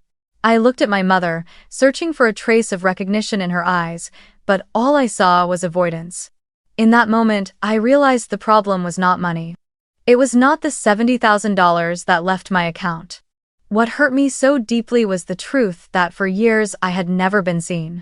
My contributions, my efforts, they were all treated as a given, like an unnamed shadow in this house. I bent my head, clenched my hands, trying to stop the tears from falling. The feeling was a mix of sadness, humiliation, and a sudden clarity. I looked up, and for the first time I met my parents' eyes without looking away. I spoke slowly, enunciating each word. I understand now. The issue was never about money. The issue is that no matter what I do, you will never acknowledge me. I was never enough, and I will never be enough, because in your eyes I am only the shadow behind Claire. I am done. The short sentence carried years of exhaustion and all the times I had swallowed my hurt, and it shot into the air like an arrow. My father snarled, his voice like flint. "If you leave, do not come back." The words were so bitter I could feel each one sink into my skin, like a sentence condemning me to give up every remaining comfort. And I knew, from that moment on, a line had been drawn inside me. I no longer wanted to chase their approval. That night, after the dinner ended in silence, I drove back to my small rented apartment in downtown Portland. The trip home felt longer than usual, not because of traffic, but because my mind was so tangled I lost track of how many times the lights had changed. My parents' words echoed in my head, "You are always too sensitive. Don't turn dinner into a list of what you've done," and worst of all, the way they avoided my eyes when I mentioned the 3 years of mortgage transfers. I stepped into the apartment, turned on the lights, and a heavy quiet settled over everything like a thick blanket. I dropped my bag on the floor, took off my shoes, and almost immediately collapsed into the small dining table by the window. My hands trembled as I opened my laptop, logged into my bank account, and navigated to the scheduled transfers section. Every month, exactly on the 15th, a sum had been taken straight from my paycheck and sent to my parents' account. For more than 36 months, it had run quietly like clockwork. I stared at the screen, the cursor waiting, and after a few hesitant seconds, I clicked cancel. A confirmation popped up. "Are you sure you want to stop this automatic payment?" I took a deep breath and pressed yes. That was it. The first feeling that hit me was painful, as if I had just cut off a piece of myself. For 3 years, I had tied my identity to those payments. Maddie, the daughter who took care of the family, who sacrificed, who put others first. Now that I had severed it, I felt hollow, as though I had betrayed the duty I had carried so willingly. I closed my laptop, walked into the kitchen, and poured a glass of water with hands that were still shaking. But then I went back to the table, opened the drawer, and pulled out the folder I had kept all this time. Inside were the printed bank statements, neatly arranged by month, from that winter 3 years ago up to the most recent one. I spread them across the table, the black and white sheets covering the small surface. The numbers stood out: 500, 1,000, some months 1,500, even 2,000 when my parents said, "This month is harder than usual." I added them up, pencil marks crisscrossing the page, and when I finished, the total stared back at me, more than $72,000. I sat motionless, staring at that number. The first wave of pain surged through me again. 72,000, money that should have been the down payment for the apartment I dreamed of in downtown Portland, or at least enough to begin a life free from renting. My chest tightened, my eyes burned, and once more I asked myself, why did I let this go so far? I remembered every moment when I gave up a piece of myself just to keep helping them. The first time I said no to a trip with friends because I didn't have the money, when in truth I had just sent off that month's mortgage payment. The time I postponed applying for graduate school because my savings account wasn't what it used to be. And the time I turned down the chance to move into a larger apartment when my landlord raised the rent because I couldn't cover the deposit. Every choice circled back to one thing: keeping my parents' house standing. But they never told anyone. To them, it was as if it had never happened at all. I leaned back in my chair, staring at the papers spread across the table. Beneath the layers of pain and disappointment, a new feeling slowly crept in. Relief. For the first time in 3 years, I realized I had truly cut the cord that tied me to that unspoken responsibility. No more automatic deductions, no more text alerts from the bank reminding me of a shrinking balance each month. I sat still, feeling a cold breeze slip through the window, drifting into the empty space inside me. But that emptiness wasn't only dark, it also carried a fragile sense of freedom. I thought about the future, about that $72,000. If I could save again with my current salary, fueled by this new determination, then in just a few years, I could place the down payment on my very own apartment. The thought made me smile without realizing it. A small smile, but more genuine than any forced grin I had worn at family dinners. I whispered to myself, that money should have been the down payment for my own home. And for the first time, I believed it wasn't so far out of reach. That night, I didn't turn on the TV, didn't play any music. I simply sat in the silence of my apartment, the warm yellow light spilling over the scattered statements. I left them on the table, letting them stand as both a reminder of all that was lost and the start of something new. And when I finally lay down in bed, I knew that tomorrow would be the beginning of a new chapter, a chapter not defined by desperate midnight calls, but by the choices I made for myself. After that night, with the bank statements still scattered across my small dining table, I knew I could no longer live on autopilot. The loop of work, send money, sacrifice, silence had formally closed, and for the first time in years, I felt as if control of my life had been returned to me.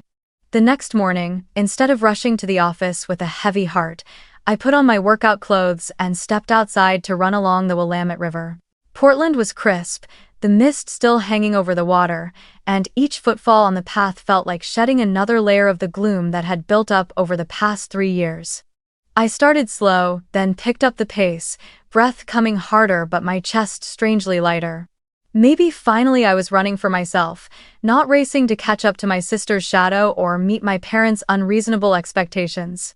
I began to change small habits. On Thursdays each week, I signed up for a cooking class at the community center, a place full of different people. Young mothers learning new recipes, middle-aged men hoping to surprise their wives, and international students far from home. In that roomy kitchen under bright lights, no one knew me as the sister who's always compared to her successful sibling. They only saw me as Maddie, a woman who loved making Italian food, clumsy with desserts but good at seasoning soups. We laughed when a loaf burned at the edges and applauded when someone succeeded with their first tart. Here, I realized, no one measured my worth by property deals or law firm titles. They saw me through simple sincerity and small joys. I also began reconnecting with the world outside of work. A new group of friends invited me to go hiking on the weekends around Mount Hood. Standing at the summit, looking down at the endless stretch of green pine forest, I took a deep breath and felt as though my body had been reborn. I was no longer Maddie curled up in an apartment, calculating transfers to my parents, but Maddie, who was free, allowed to dream of things just for herself. In the evenings at home, instead of opening my laptop to worry over spreadsheets, I opened a book, brewed a cup of tea, and let myself enjoy the silence, a silence no longer tied to duty or sacrifice. My work also began to shift for the better. Perhaps when my mind was no longer crushed by unfairness and heavy responsibility, I had more energy to focus. I took on tougher projects, stayed late at the office to complete financial analyses for major clients. One evening, the company director happened to walk by, saw me still bent over spreadsheets after hours, and paused to pat my shoulder. "I like your dedication, Maddie," he said. "This company needs more people like you." That short compliment, to me, was worth more than all of my mother's bitter comparisons. At least here, I was recognized for my own effort. A month later, I was given the role of team lead for a new project. The feeling of standing before the conference room, presenting the financial plan to the entire board, made my heart race but filled me with confidence. When I finished my presentation, colleagues applauded and my boss nodded in approval. I walked out of that room with feet so light they barely touched the ground. That was the moment I realized I was no longer a shadow. I was standing in my own light. Then one day, an email arrived from Seattle. A fast-growing fintech startup wanted to hire me as their director of financial analysis. The salary was more than 40% higher than my current pay, plus equity in the company, an opportunity I had never dared to imagine while buried in family obligations.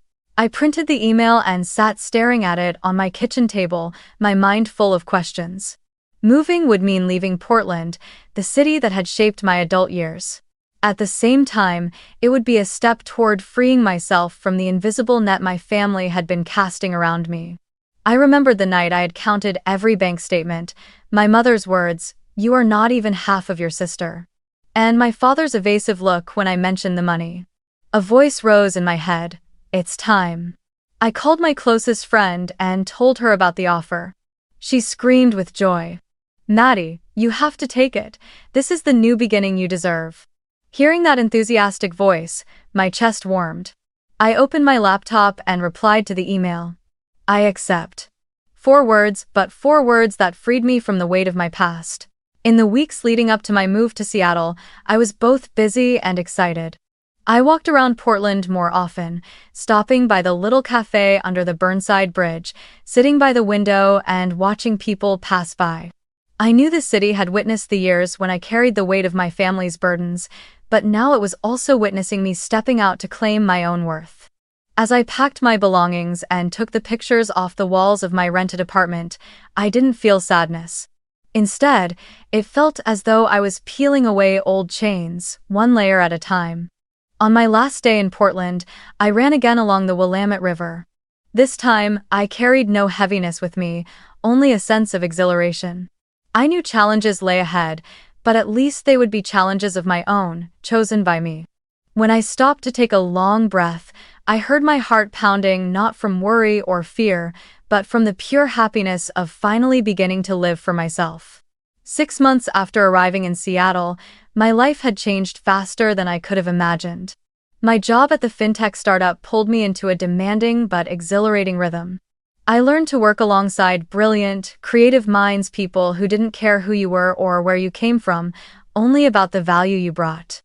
In that harsh but fair environment, I found the recognition I had longed for all those years. My salary was higher, my shares grew more valuable, and I watched my savings account climb month after month. One evening, sitting alone on the balcony of my rented apartment, I opened my personal spreadsheet, added up the numbers, and realized I finally had enough for the down payment on my first home. My heart raced like it had when I ran along the Willamette River, but this time not to escape sorrow, but out of excitement. I scheduled a meeting with a real estate agent over the weekend. We toured several apartments, some spacious but dark, others bright but too far from the city center.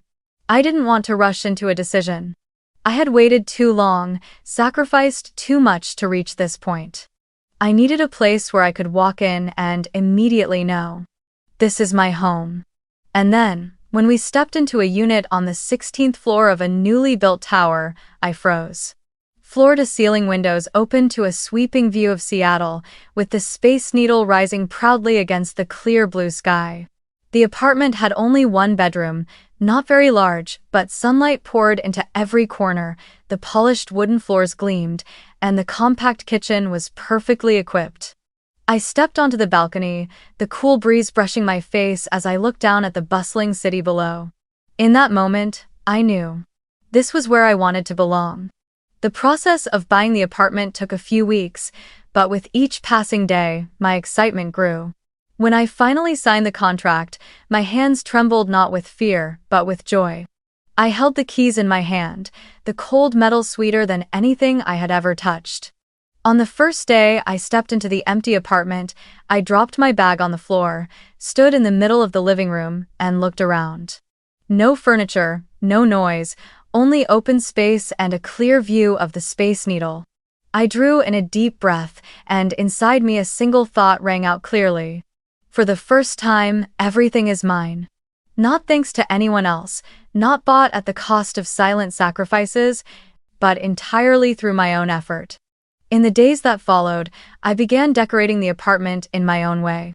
I chose a light gray sofa, a small oak dining table, and a tall bookshelf nearly reaching the ceiling to hold my favorite books and a few green plants.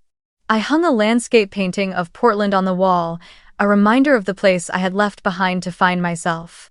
Every item I bought was chosen carefully, not because of money, but because I wanted everything here to reflect me, not anyone else. When night fell, I would stand out on the balcony, watching the city lights flicker and feel a peace I had never known before. One evening, I snapped a photo from the balcony, just a corner of the Space Needle glowing in the fiery orange sunset, and posted it on my personal page. I didn't write much, just a short caption. A new beginning. I thought of it simply as a way to mark a milestone in my life. A few minutes later, my phone buzzed. The notification showed Claire's name. Her message was only a few words. "You're really something. Why didn't you tell the family?" I stared at the screen, a rush of mixed emotions rising inside me. In her words, I heard more sarcasm than praise. As if my buying a home was something she hadn't expected, or worse, something that threatened her role as the successful one in the family. I typed a few words in reply, then stopped. I turned off the screen and placed the phone face down on the table. Not because I had nothing to say, but because I no longer needed to say anything. I no longer needed recognition from her, from my parents, or from anyone else in the family. This apartment, this life, was the clearest proof of all. That evening, I poured myself a glass of wine, put on some soft jazz, and settled onto my new sofa. The space around me was still bare, but inside, for the first time in years, I felt complete. I was no longer Maddie, who sacrificed in silence, no longer Maddie curled in the shadows of comparison to her sister. I was Maddie, the woman who dared to cut the ties of the past, who built her own life, and who now sat in her own home, watching the city lights shine beyond the glass. One weekend afternoon, as I was tidying up my new apartment in Seattle, my phone rang. The screen lit up with the name Mrs. Jensen, the elderly neighbor who lived across from my parents in Portland. I was a little surprised since we hadn't spoken in so long, but I answered. Her voice was cheerful, though tinged with hesitation. "Maddie, dear, how have you been? I have something I thought you should know. I just walked past your parents' house and saw a large banner hanging outside. It was quite something. Let me send you a picture." Before I could respond, she had already texted it. When the screen lit up, my heart clenched. On the familiar wall above the front porch hung a wide white banner, bold red letters stretched across. "Congratulations, Claire, for preserving the family home." I stared at the words, my breath caught, my vision blurring. The sight pierced straight through me like a blade. I had to read it over and over to believe it wasn't some cruel joke. Preserving the family home? Could it be they had officially put Claire's name on the house papers? I sank back onto the sofa, my hand trembling as I held the phone. The bright apartment in Seattle suddenly felt cramped and oppressively quiet. A flood of memories burst in my mind, late nights making transfers, my mother's pleading messages of just this once, the numbers on the bank statements more than $72,000. And now, it was all wiped away, as if it had never happened. In the story they were rewriting, I was completely invisible. A numbness spread through my body and soon turned into a burning heat in my chest. I felt stunned not only by the loss of material recognition, but by the outright betrayal. They weren't merely ignoring my efforts, they were deliberately erasing the traces and handing the glory to Claire as if I had never sacrificed a single cent. In their eyes, I had never existed. I was an outsider, someone sidelined in the very house I had helped keep. I closed my eyes and let the tears fall. But these tears were not the same as before. They were no longer helpless despair. This time, a different resolve rose within me. I could not allow the truth to be buried. I could not let them construct a false story that turned Claire into the savior and cast me out. They could hang a banner, they could add my sister's name to the deed, but I held the evidence. I had each bank statement, every email, every message. I had the truth. I jumped up and moved to the dining table where my personal financial files still lay stacked. I pulled out the folder I had prepared long ago, every transfer receipt carefully annotated by date. The final total remained clear: $72,000. I flipped through the pages, my finger tracing the numbers, a fire rising inside me. They can rewrite the story, but I will bring the truth to light. That night, I did not sleep. I sat at my laptop, reopened the spreadsheet, and reviewed every payment I had sent over the past 3 years. I compiled everything into a tidy financial report, complete with a bar chart showing each month. Watching the numbers move, the picture became unmistakable. Without me, that house would have collapsed long ago. I even printed my mother's messages. Maddie, just this once. If not, the bank will take the house. Those pieces of evidence felt like hammers breaking through the wall of lies they had built. The moment I hit save, I leaned back in my chair, my chest heaving. I knew a storm was coming. But this time, I was no longer afraid. If the truth embarrassed them, that was not my fault. I had stayed silent for too long and had been treated like a shadow. Now I would let the light expose everything. And when that happened, I would not need to shout or cry. I would let the numbers and the evidence speak for me. In the quiet of my new apartment, I sat and watched Seattle blaze outside the window. For the first time, I could see the path I would take. No longer the family's lifeline that they could use to drown me, I would become the voice of the truth. This time, they would not be able to ignore me. News about the family appreciation dinner reached me through a relative, my cousin Sarah, the only person in the family who still kept in touch and sometimes checked in. One afternoon she called, hesitating, "Maddie, I think you should know. Your parents are planning a big party in Seattle. They call it a family appreciation dinner." I was asked to prepare the slideshow, but I guess you already know what the party is for. I frowned, though I was not truly surprised. My parents never missed an opportunity to make Claire the center of attention. Sarah lowered her voice. "They say they want to emphasize her role in preserving the family home. I think it's unfair, but I don't dare say anything." I thanked Sarah for being honest, then sat for a long time in the empty apartment, watching the city lights outside the window. They had hung the banner, and now they planned a party to formalize the false narrative. If I stayed silent again, it would mean I accepted being erased from the family's history. I pulled my folder closer, opened my laptop, and began working as if preparing a major financial project.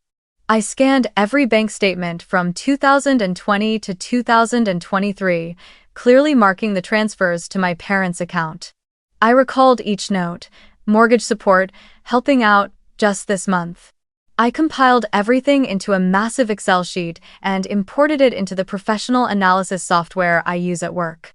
On the screen, bar charts appeared this month high, that month low, but the overall expense line kept rising. I looked at the final figure, bolded in the corner, $72,000. My hands trembled on the keyboard. That number was not just money. It was 3 years of my youth, sweat, missed opportunities to buy a home, my life sacrificed for a house that was now pushing me out. I didn't stop at the numbers, I added a clear timeline. The day my father lost his construction contract, the midnight call from my mother with the message, "Maddie, if you don't help this time, the bank will take the house. Just this once, I promise." I still had that text, the shaky words glowing in the darkness of my phone. I believed it, and I wired the money that very night.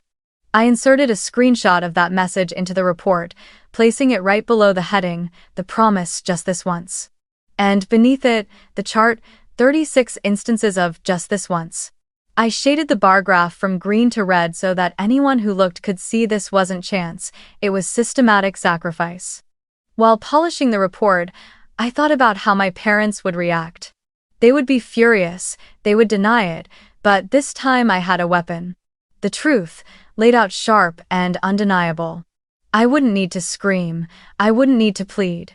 I only needed to stand tall and let the numbers and evidence speak for themselves. And then, the opportunity came from Sarah. One evening she called again, sighing, "I finished the slideshow they asked me to make. It's just pictures of the house, Claire standing on the porch, captions like, 'Thank you Claire for keeping the family's fire alive.' It feels so fake." I sat in silence for a moment, then asked, "Sarah, can you send me the file? I'd like to give a few suggestions." She hesitated, but finally agreed. When the file arrived, I opened it and scrolled to the final slide. Just as I expected, bold words filled the screen. "Thank you, Claire, for preserving our family home." I took a deep breath and got to work. I copied the entire file and made a separate version. All the photos and all the captions remained unchanged. I wanted the party to appear normal so that at the final moment the truth would explode. I added a sequence of slides following Claire's section, first a timeline of the transfer dates and amounts, then a 3-year bar chart, and then screenshots of the messages my mother sent me. I kept the final slide very simple. A photo of the house taken last summer with bold text underneath. This was my contribution, don't forget it. When I ran through the slideshow, my heart pounded. Not out of fear, but because I was ready. Late that night, I saved the file in 3 different places. My laptop, a USB drive, and the cloud. I could not let a technical failure ruin the plan. I carefully prepared a printed financial report, bound it together, and put it in my bag. I pictured the scene. My parents standing before the relatives, proudly recounting Claire's deeds, while I would quietly step forward, plug the USB into the projector, and let the truth reveal itself.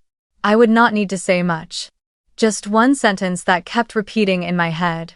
If the truth embarrasses you, that is not my fault. In the days leading up to the dinner, I lived calmly on the surface while a fire burned inside me. I went to work in the mornings, led meetings, and signed reports for the company. In the evenings I returned home, sat at the dining table, and stared at the folder and USB set neatly before me. I rehearsed in my head how I would walk forward, how I would plug in the USB, how I would say that single sentence. No trembling, no hesitation. Everything had to be decisive and steady, like a verdict delivered in silence. I would no longer be just the sister who was always compared, no longer a faded shadow. I would step forward, and this time, everyone would have to see me. The restaurant in downtown Seattle glowed like a grand stage. That evening I sat in my car in the parking lot for a long time before going inside. From a distance, I could see the familiar cars of relatives and silhouettes moving behind the windows. Everyone was dressed formally, radiant, as if preparing for a grand ceremony of honor. Family appreciation dinner. I smiled faintly, the cynic in my head still whispering. They call it a family party, but in truth it's a one-way show for Claire. Inside the restaurant, warm golden lights flooded the main hall. My father stood at the head of the long table, microphone in hand, wearing a self-satisfied smile.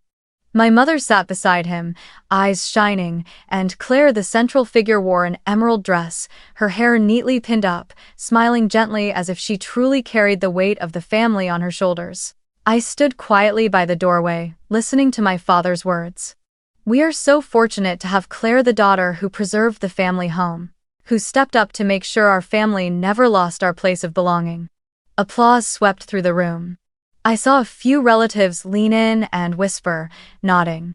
In all that praise, no one mentioned my name. No one spoke of the nights I stayed up worrying about the mortgage, or the 3 years of regular transfers. I might as well have never existed. The slideshow began playing on the large screen. Familiar images appeared one after another. The house blanketed in winter snow, Claire standing proudly on the porch with a radiant smile, my parents with their arms draped around her. Words stretched across the slides. Thank you, Claire, for keeping the family's fire alive. Claire, our pride. The hall filled with laughter, clinking glasses, lively chatter. I clenched my fists, feeling the blood in my veins boil, yet I stayed still, waiting for the exact moment. And then it came. When the final slide appeared, instead of the words, "Thank you, Claire," the screen flickered and shifted to a stark white background with bold black letters. Financial contributions 2020-2023. 7,200美元. The entire room froze. Forks and knives stopped midair. Chairs halted halfway, pushed back. Someone gasped, others lifted their heads to look around. I could hear the pounding of my own heart, but outwardly I remained calm. I pushed open the back door of the hall and stepped inside under the stunned gaze of everyone. My heels struck the wooden floor with steady, echoing steps that carried through the silence. I stopped at the end of the room, lifted my chin, and spoke clearly, slowly, and firmly. If the truth embarrasses you, that is not my fault. For several seconds, no one uttered a word. The only sound was the faint hum of the projector fan. Then, from one corner of the table, someone began to clap. The applause spread to another, then another. At first scattered, the sound quickly gathered into a steady rhythm, resonating through the hall. I looked around and saw my relatives' eyes shifting toward my parents, some filled with shock, some with reproach, and some with disappointment. My father's face drained of color, both hands gripping the microphone so tightly his knuckles turned white. My mother sat frozen, lips trembling as if she wanted to speak but couldn't form a single word. And Claire, the one who had been celebrated just minutes earlier, bowed her head, cheeks burning, her mouth opening soundlessly. I saw her shoulders shake, her eyes dart away, as if her whole world had just collapsed. I stepped forward, the lights falling directly on me, illuminating every line of my face. I did not shout, I did not accuse. I simply looked straight at my parents and said again, 3 years. $72,000. Without that money, the house would have been gone long ago. You know it, and I know it. But you chose silence. You chose to invent another story. So let the whole family hear the truth. The room erupted in murmurs. An uncle leaned toward his wife and whispered, I remember she once said she was working so many extra hours back then, now I see why. An aunt shook her head. My God. How could they let Maddie carry it all and give the credit to Claire? The whispers spread quickly, like fire catching on dry grass. I saw my mother shrinking into her chair, eyes red and wet. My father sat upright, but his face was stone, his throat tight, unable to muster a defense. I turned back to the screen, where the number $72,000 still glowed. I raised my hand and pointed at it. This is the truth. This is the person who kept the house. No one can deny it. I let the silence stretch for a few seconds, then lowered my hand. The hall seemed to hold its breath before the applause rose again, this time stronger, spreading across every table. A few relatives even stood, their eyes filled with support as they turned toward me. Claire lifted her head, eyes brimming with tears, looking at me as if for rescue. But I did not respond. I hadn't come to comfort her, nor to reconcile. I had come to expose the truth. The atmosphere of the dinner shifted completely. The laughter and chatter vanished, replaced by searching, uneasy glances aimed at my parents. It was no longer a celebration of Claire, but a silent tribunal for them. I drew a long breath, turned to leave, when I heard my mother call softly, Maddie. Her voice trembled, almost pleading. But I only shook my head. I told you already. The truth is never my fault. Then I turned my back and walked straight out, leaving behind the whispers, the stunned faces, and a family unraveling in silence. The cool Seattle night wrapped around me as I stepped outside. I paused on the steps of the restaurant, lifting my gaze to the glittering sky. Inside me, there was no gloating, no sense of victory. Only relief. The weight of 3 years had finally been set down.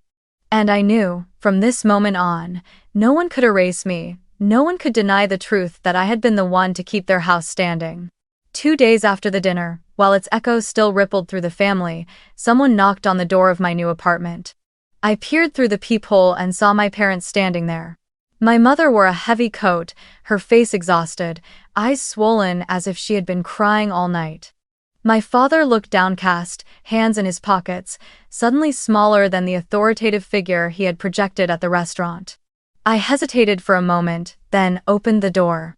They stepped inside, their eyes hesitating as they took in my new space, bright, tidy, clean, completely different from the tense atmosphere of the old house where I had poured money into keeping them afloat.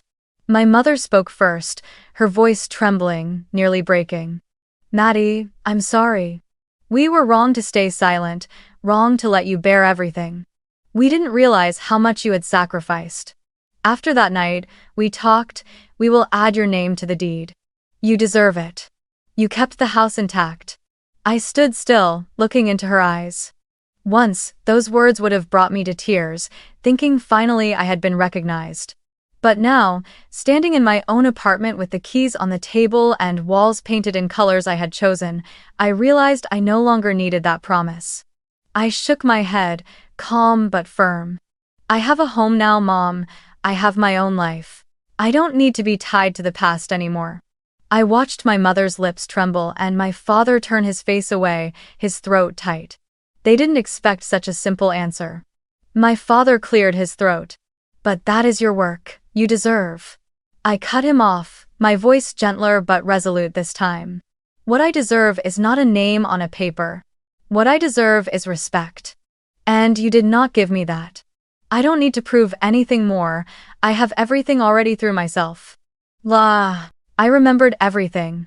The nights I sent money in silence, the times I swallowed my tears while hearing Claire praised, the moments of despair when I realized I had been erased from the family story.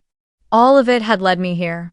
I no longer blamed myself for sacrificing, because those sacrifices had forged the resilience within me. I no longer longed to have my name written on the deed of the old house, because I already had a place of my own, a place built with my own strength and faith. I sat for a long while, watching the city lights reflect on the distant river. In that moment, I understood a simple truth. My value had never been in the labels others placed on me. The sensitive sister, the one less capable than Claire, or the daughter who only helps out. My true worth lay in the resilience I built for myself, in the courage to keep walking when wounded, and in choosing my own path even when it came at a cost. I leaned back in the chair, closed my eyes, and let my breath blend with the sound of the wind. An old chapter had ended. From this point on, I was no longer the shadow standing behind Claire. I was Maddie, the woman who had kept the house alive through silent sacrifice, but more importantly, the woman who had kept herself whole. And for the first time, I felt light enough to smile, not forced, but real. The Seattle night blazed on, and I saw clearly one thing. I had rewritten my story, and it was no longer bound to denial, it was bound to the truth I chose to live. A final message echoed in my heart like a whisper to anyone who had ever been like me. Your value does not lie in the labels others place on you. It lies in the resilience you build for yourself. My wife posted, "Finally free," with her coworker while I was having emergency surgery. I commented, "Congratulations." Then her boss saw my comment exposing their affair using company resources. Both their termination letters arrived while she was still celebrating her freedom. I, 38 male, was wheeled into emergency surgery at 11:23 p.m. on a Thursday. Appendix decided to go nuclear. My wife Tara, 35, was supposed to be there, but she had a critical deadline at her accounting firm. Said she'd come right after submitting the quarterly report. The surgery took longer than expected, complications with internal bleeding. Woke up around 3 a.m. groggy as hell, reaching for my phone. First thing I see, Instagram notification. Tara tagged me in something. The post, her and Derek, her 31M work husband, clinking champagne glasses at some rooftop bar. Caption, "Finally free, no more chains, no more deadweight. Living my best life with someone who actually gets me. At Derek, accounting king, freedom, new beginnings, bye-bye boring." Tagged me. While I was literally being cut open, there were 89 likes already, comments from her coworkers congratulating her on finally doing it, and "Yes, queen, upgrade season." I stared at it for maybe 2 minutes. The heart monitor started beeping faster. Nurse rushed in, asked if I was okay. Yeah, just processing that my marriage ended via Instagram while my appendix tried to kill me. Typed one word in the comments, "Congratulations." Then I noticed something interesting. The photo metadata showed it was taken at 9:47 p.m. The critical deadline she mentioned, their Q3 reports were due at 10 p.m. They were drinking on a rooftop while supposedly crunching numbers. Even better, Derek's shirt had their company logo. The rooftop looked familiar. That was their office building's executive terrace, the one reserved for client entertainment only. Screenshot everything. Then I did something petty but satisfying. See, Tara's boss, Mr. Fitzgerald, is old school. LinkedIn only, thinks Instagram is for kids and clowns. But his wife Dottie? She follows everyone from their company. She'd commented heart emojis on Tara's previous posts. I tagged Dottie. "Beautiful view from your husband's building." Didn't know the Q3 deadline included champagne service on the executive terrace. Then I went back to sleep. Morphine's wonderful like that. Update 1. Woke up at 7 a.m. to my phone vibrating nonstop. 47 texts from Tara. Yeah, exactly 47, I counted. What did you do? Delete that comment now. This isn't funny. Mr. Fitzgerald called Derek at 6 a.m. We're both suspended pending investigation. You ruined everything. I was drunk. Didn't mean it. Please call me back. I'm coming to the hospital. The last one made me act fast. Called the nurses station, explained my wife and I were having issues and I didn't want visitors. They put a restriction on my room. Then I called my brother Ray, 41, lawyer, doesn't mess around. You sound rough, he said. Appendix surgery. Also, Tara announced our divorce on Instagram while I was under. What? Sent him the screenshots. Long pause. Holy shh. Okay. Don't delete anything. Screenshot everything. I'll be there in an hour. While waiting, I did some investigating. Tara's Instagram story from earlier that day showed her and Derek working late with a selfie in the conference room. Except the conference room clock showed 7:32 p.m. The expensive whiskey bottle on the table? That's from the executive liquor cabinet. I know because Tara complained about never being senior enough to access it. More interesting, Derek's LinkedIn shows he's engaged to someone named Bethany. Quick Facebook search. Bethany's status still says engaged. Last post was about planning their spring wedding. I might have sent Bethany a friend request with a message. Hi, you don't know me, but thought you should see what your fiancé posted last night. Attached the screenshots. Ray arrived as I was finishing that. He took one look at me and laughed. You look way too pleased for someone who just had surgery. I'm on excellent pain meds and my cheating wife just destroyed her own career. It's a complicated morning. He reviewed everything, then made some calls. By noon, he'd filed the separation paperwork and frozen our joint assets, which wasn't much, just our emergency fund that she'd have definitely drained. But the best part came at 2 p.m. Mr. Fitzgerald himself called me. Mr. Thompson? This is Robert Fitzgerald from Pinnacle Accounting. I apologize for calling during your recovery, but I needed to personally address this situation. No worries. How can I help? First, I want to apologize. The behavior displayed by our employees was beyond unprofessional.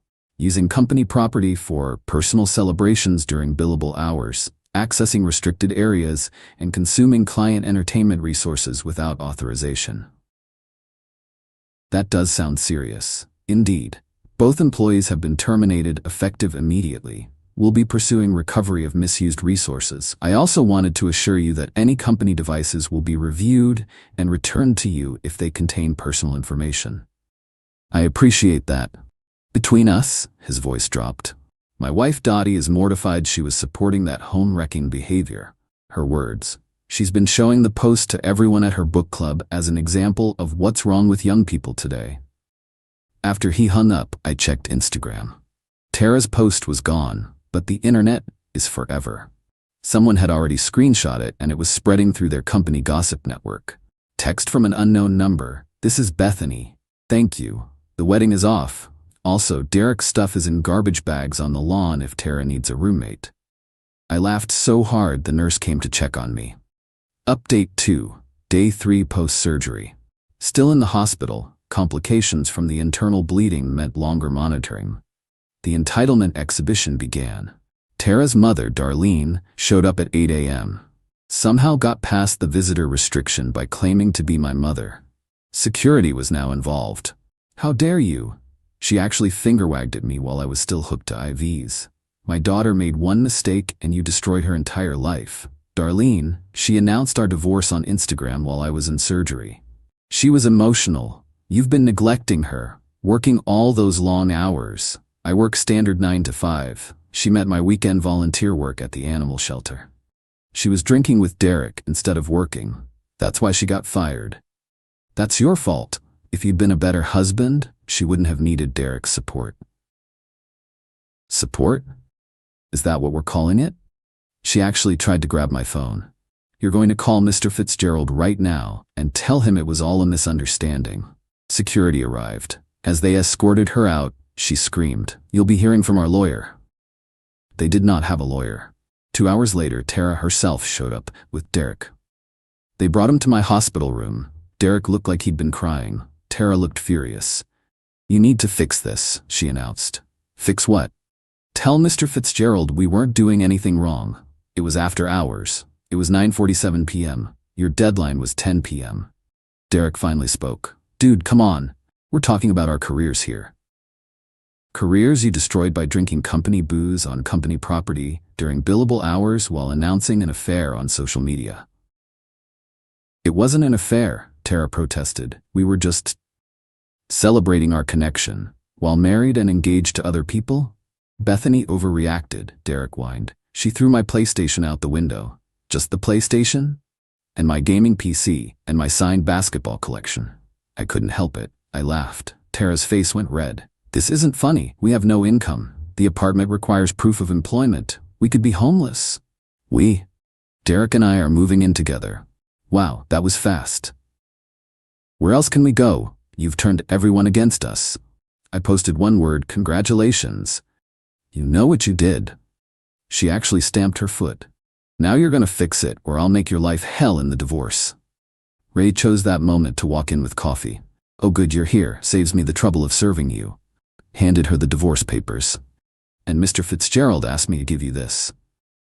Handed Derek an envelope. Inside, a bill for $2,847 for misappropriated company resources, including alcohol, unauthorized facility usage, and damages to company reputation. They both left screaming about suing everyone. Update 3, Week 2 home from the hospital. The entitlement reached astronomical levels.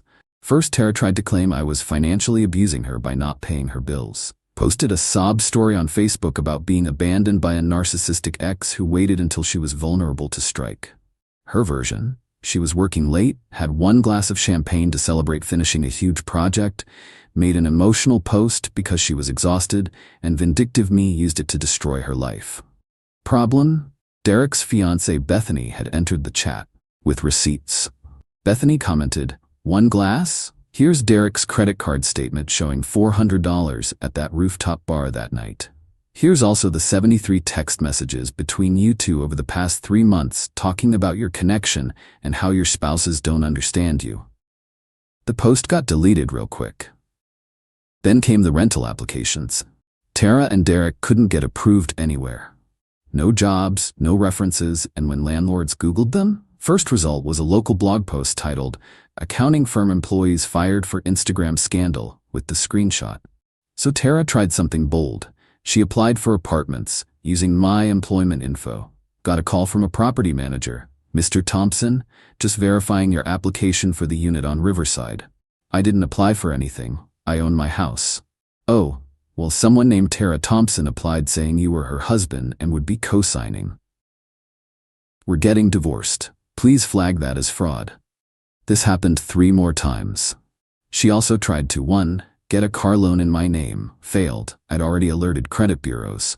2. Return to the house while I was at a follow-up appointment. Failed. Changed locks. Neighbor called cops. 3. Claim unemployment saying I was the reason she was fired. Failed. Company provided documentation. 4. Start a GoFundMe claiming she was abused and left with nothing. Failed. Bethany posted the receipts in the comments. But the peak entitlement came when she called my job. My boss pulled me aside. "Just got an interesting call. Your soon-to-be ex-wife wants me to hire her because you owe her since your employee ruined her life. She wanted you to hire her to work with me?" Better. She wanted your position, said you could be her assistant since he's used to serving me anyway. My boss actually laughed. I told her we don't have any openings in the delusional department. Meanwhile, Derek was having his own crisis. Turns out Bethany wasn't just throwing his stuff out. She was a paralegal, her dad was a lawyer, and they were going after him for the $30,000 he'd spent on the wedding venues they'd already booked. He called me crying. Actually crying. "Bro, can you tell Bethany I'm not that bad? Maybe we were just friends?" You literally posted about living your best life with your soulmate while your fiancé was wedding planning. It was the alcohol talking. For 3 months of texts. He hung up. Final update. It's been 3 months since the surgery. Divorce is final. Time for the complete update. The fraud attempts. Tara got desperate, really desperate. Started a consulting business, claiming she had 15 years of accounting experience. She had 5. Listed fake clients, including companies she'd audited at Pinnacle. Mr. Fitzgerald found out when a client called asking why their former auditor was claiming to be their current consultant. He sent cease and desist letters. then contacted the State Board of Accountancy about her misrepresenting her credentials. She's now banned from practicing accounting in our state for 3 years. The housing crisis. Unable to get approved anywhere, Tara and Derek moved in with Derek's parents. That lasted exactly 4 days. His mom found them day drinking in the basement while job hunting and kicked them out. They're now in Tara's childhood bedroom at Darlene's house. Darlene charges them rent. The job hunt. Derek got a job at a tax prep chain. Seasonal work, minimum wage plus commission. He messages me monthly begging for references. Tara works part-time at a makeup store, posted about being too good for corporate culture anyway and following her passion. Her passion apparently involves being written up twice for being late and once for drinking on lunch break. The legal aftermath. Divorce was straightforward. No kids, clean asset split. She tried to claim alimony, but Ray shut that down quick. Adultery proven via her own social media, plus she was capable of working. She had to pay me $1,400 for the fraudulent apartment applications and attempted identity theft. Pinnacle Accounting pursued the $2,847. Derek's wages are being garnished. Bethany successfully sued Derek for the wedding deposits. His tax prep checks mostly go to her. The social consequences. Their former coworker crowd dropped them completely. Turns out nobody wants to associate with people who got fired for stealing company booze and publicly destroying marriages. Tara's been through 3 friend groups. Each one figures out she's the common denominator in all her drama. Derek tried to get back with Bethany. She's now engaged to someone else and posted their engagement photos at the same rooftop bar. Petty? Yes. Deserved? Also yes. The plot twist. Last week, got a LinkedIn message from a recruiter. Pinnacle Accounting is expanding their audit division. Mr. Fitzgerald personally recommended me for a senior position, citing my professional handling of a personal crisis and demonstration of integrity under pressure. The salary? Double what Tara was making. I start next month. The final pettiness. I donated $500 to the animal shelter in Tara's name. They sent her a thank you card with a photo of the dogs I help walk on weekends. You know, during all that neglecting I was doing. She texted me, "Really, this is so childish." I replied, "Congratulations on supporting a good cause." Then blocked her number. The real final update. Ran into Darlene at the grocery store yesterday. She tried to guilt trip me again. Tara cries every night. Derek's useless. They're miserable. Sounds like they're finally free then. Isn't that what they wanted? She started to argue, but I just walked away. Bought myself a nice bottle of champagne, the expensive kind, from the top shelf. Sent a photo to Ray with the caption, "Celebrating my freedom, the right way, alone, with nobody else's spouse." He replied, "Proud of you, bro." Am I happy? Getting there. Therapy helps. The promotion helps more. Do I regret commenting on that post? Nah. One word changed everything. Sometimes the best revenge isn't elaborate. It's just letting people face the consequences of their own choices. To everyone asking if this was worth it, she announced our divorce while I was being cut open. She tried to steal my identity. She attempted to get me fired. All I did was say, "Congratulations." Everything else? That was all them.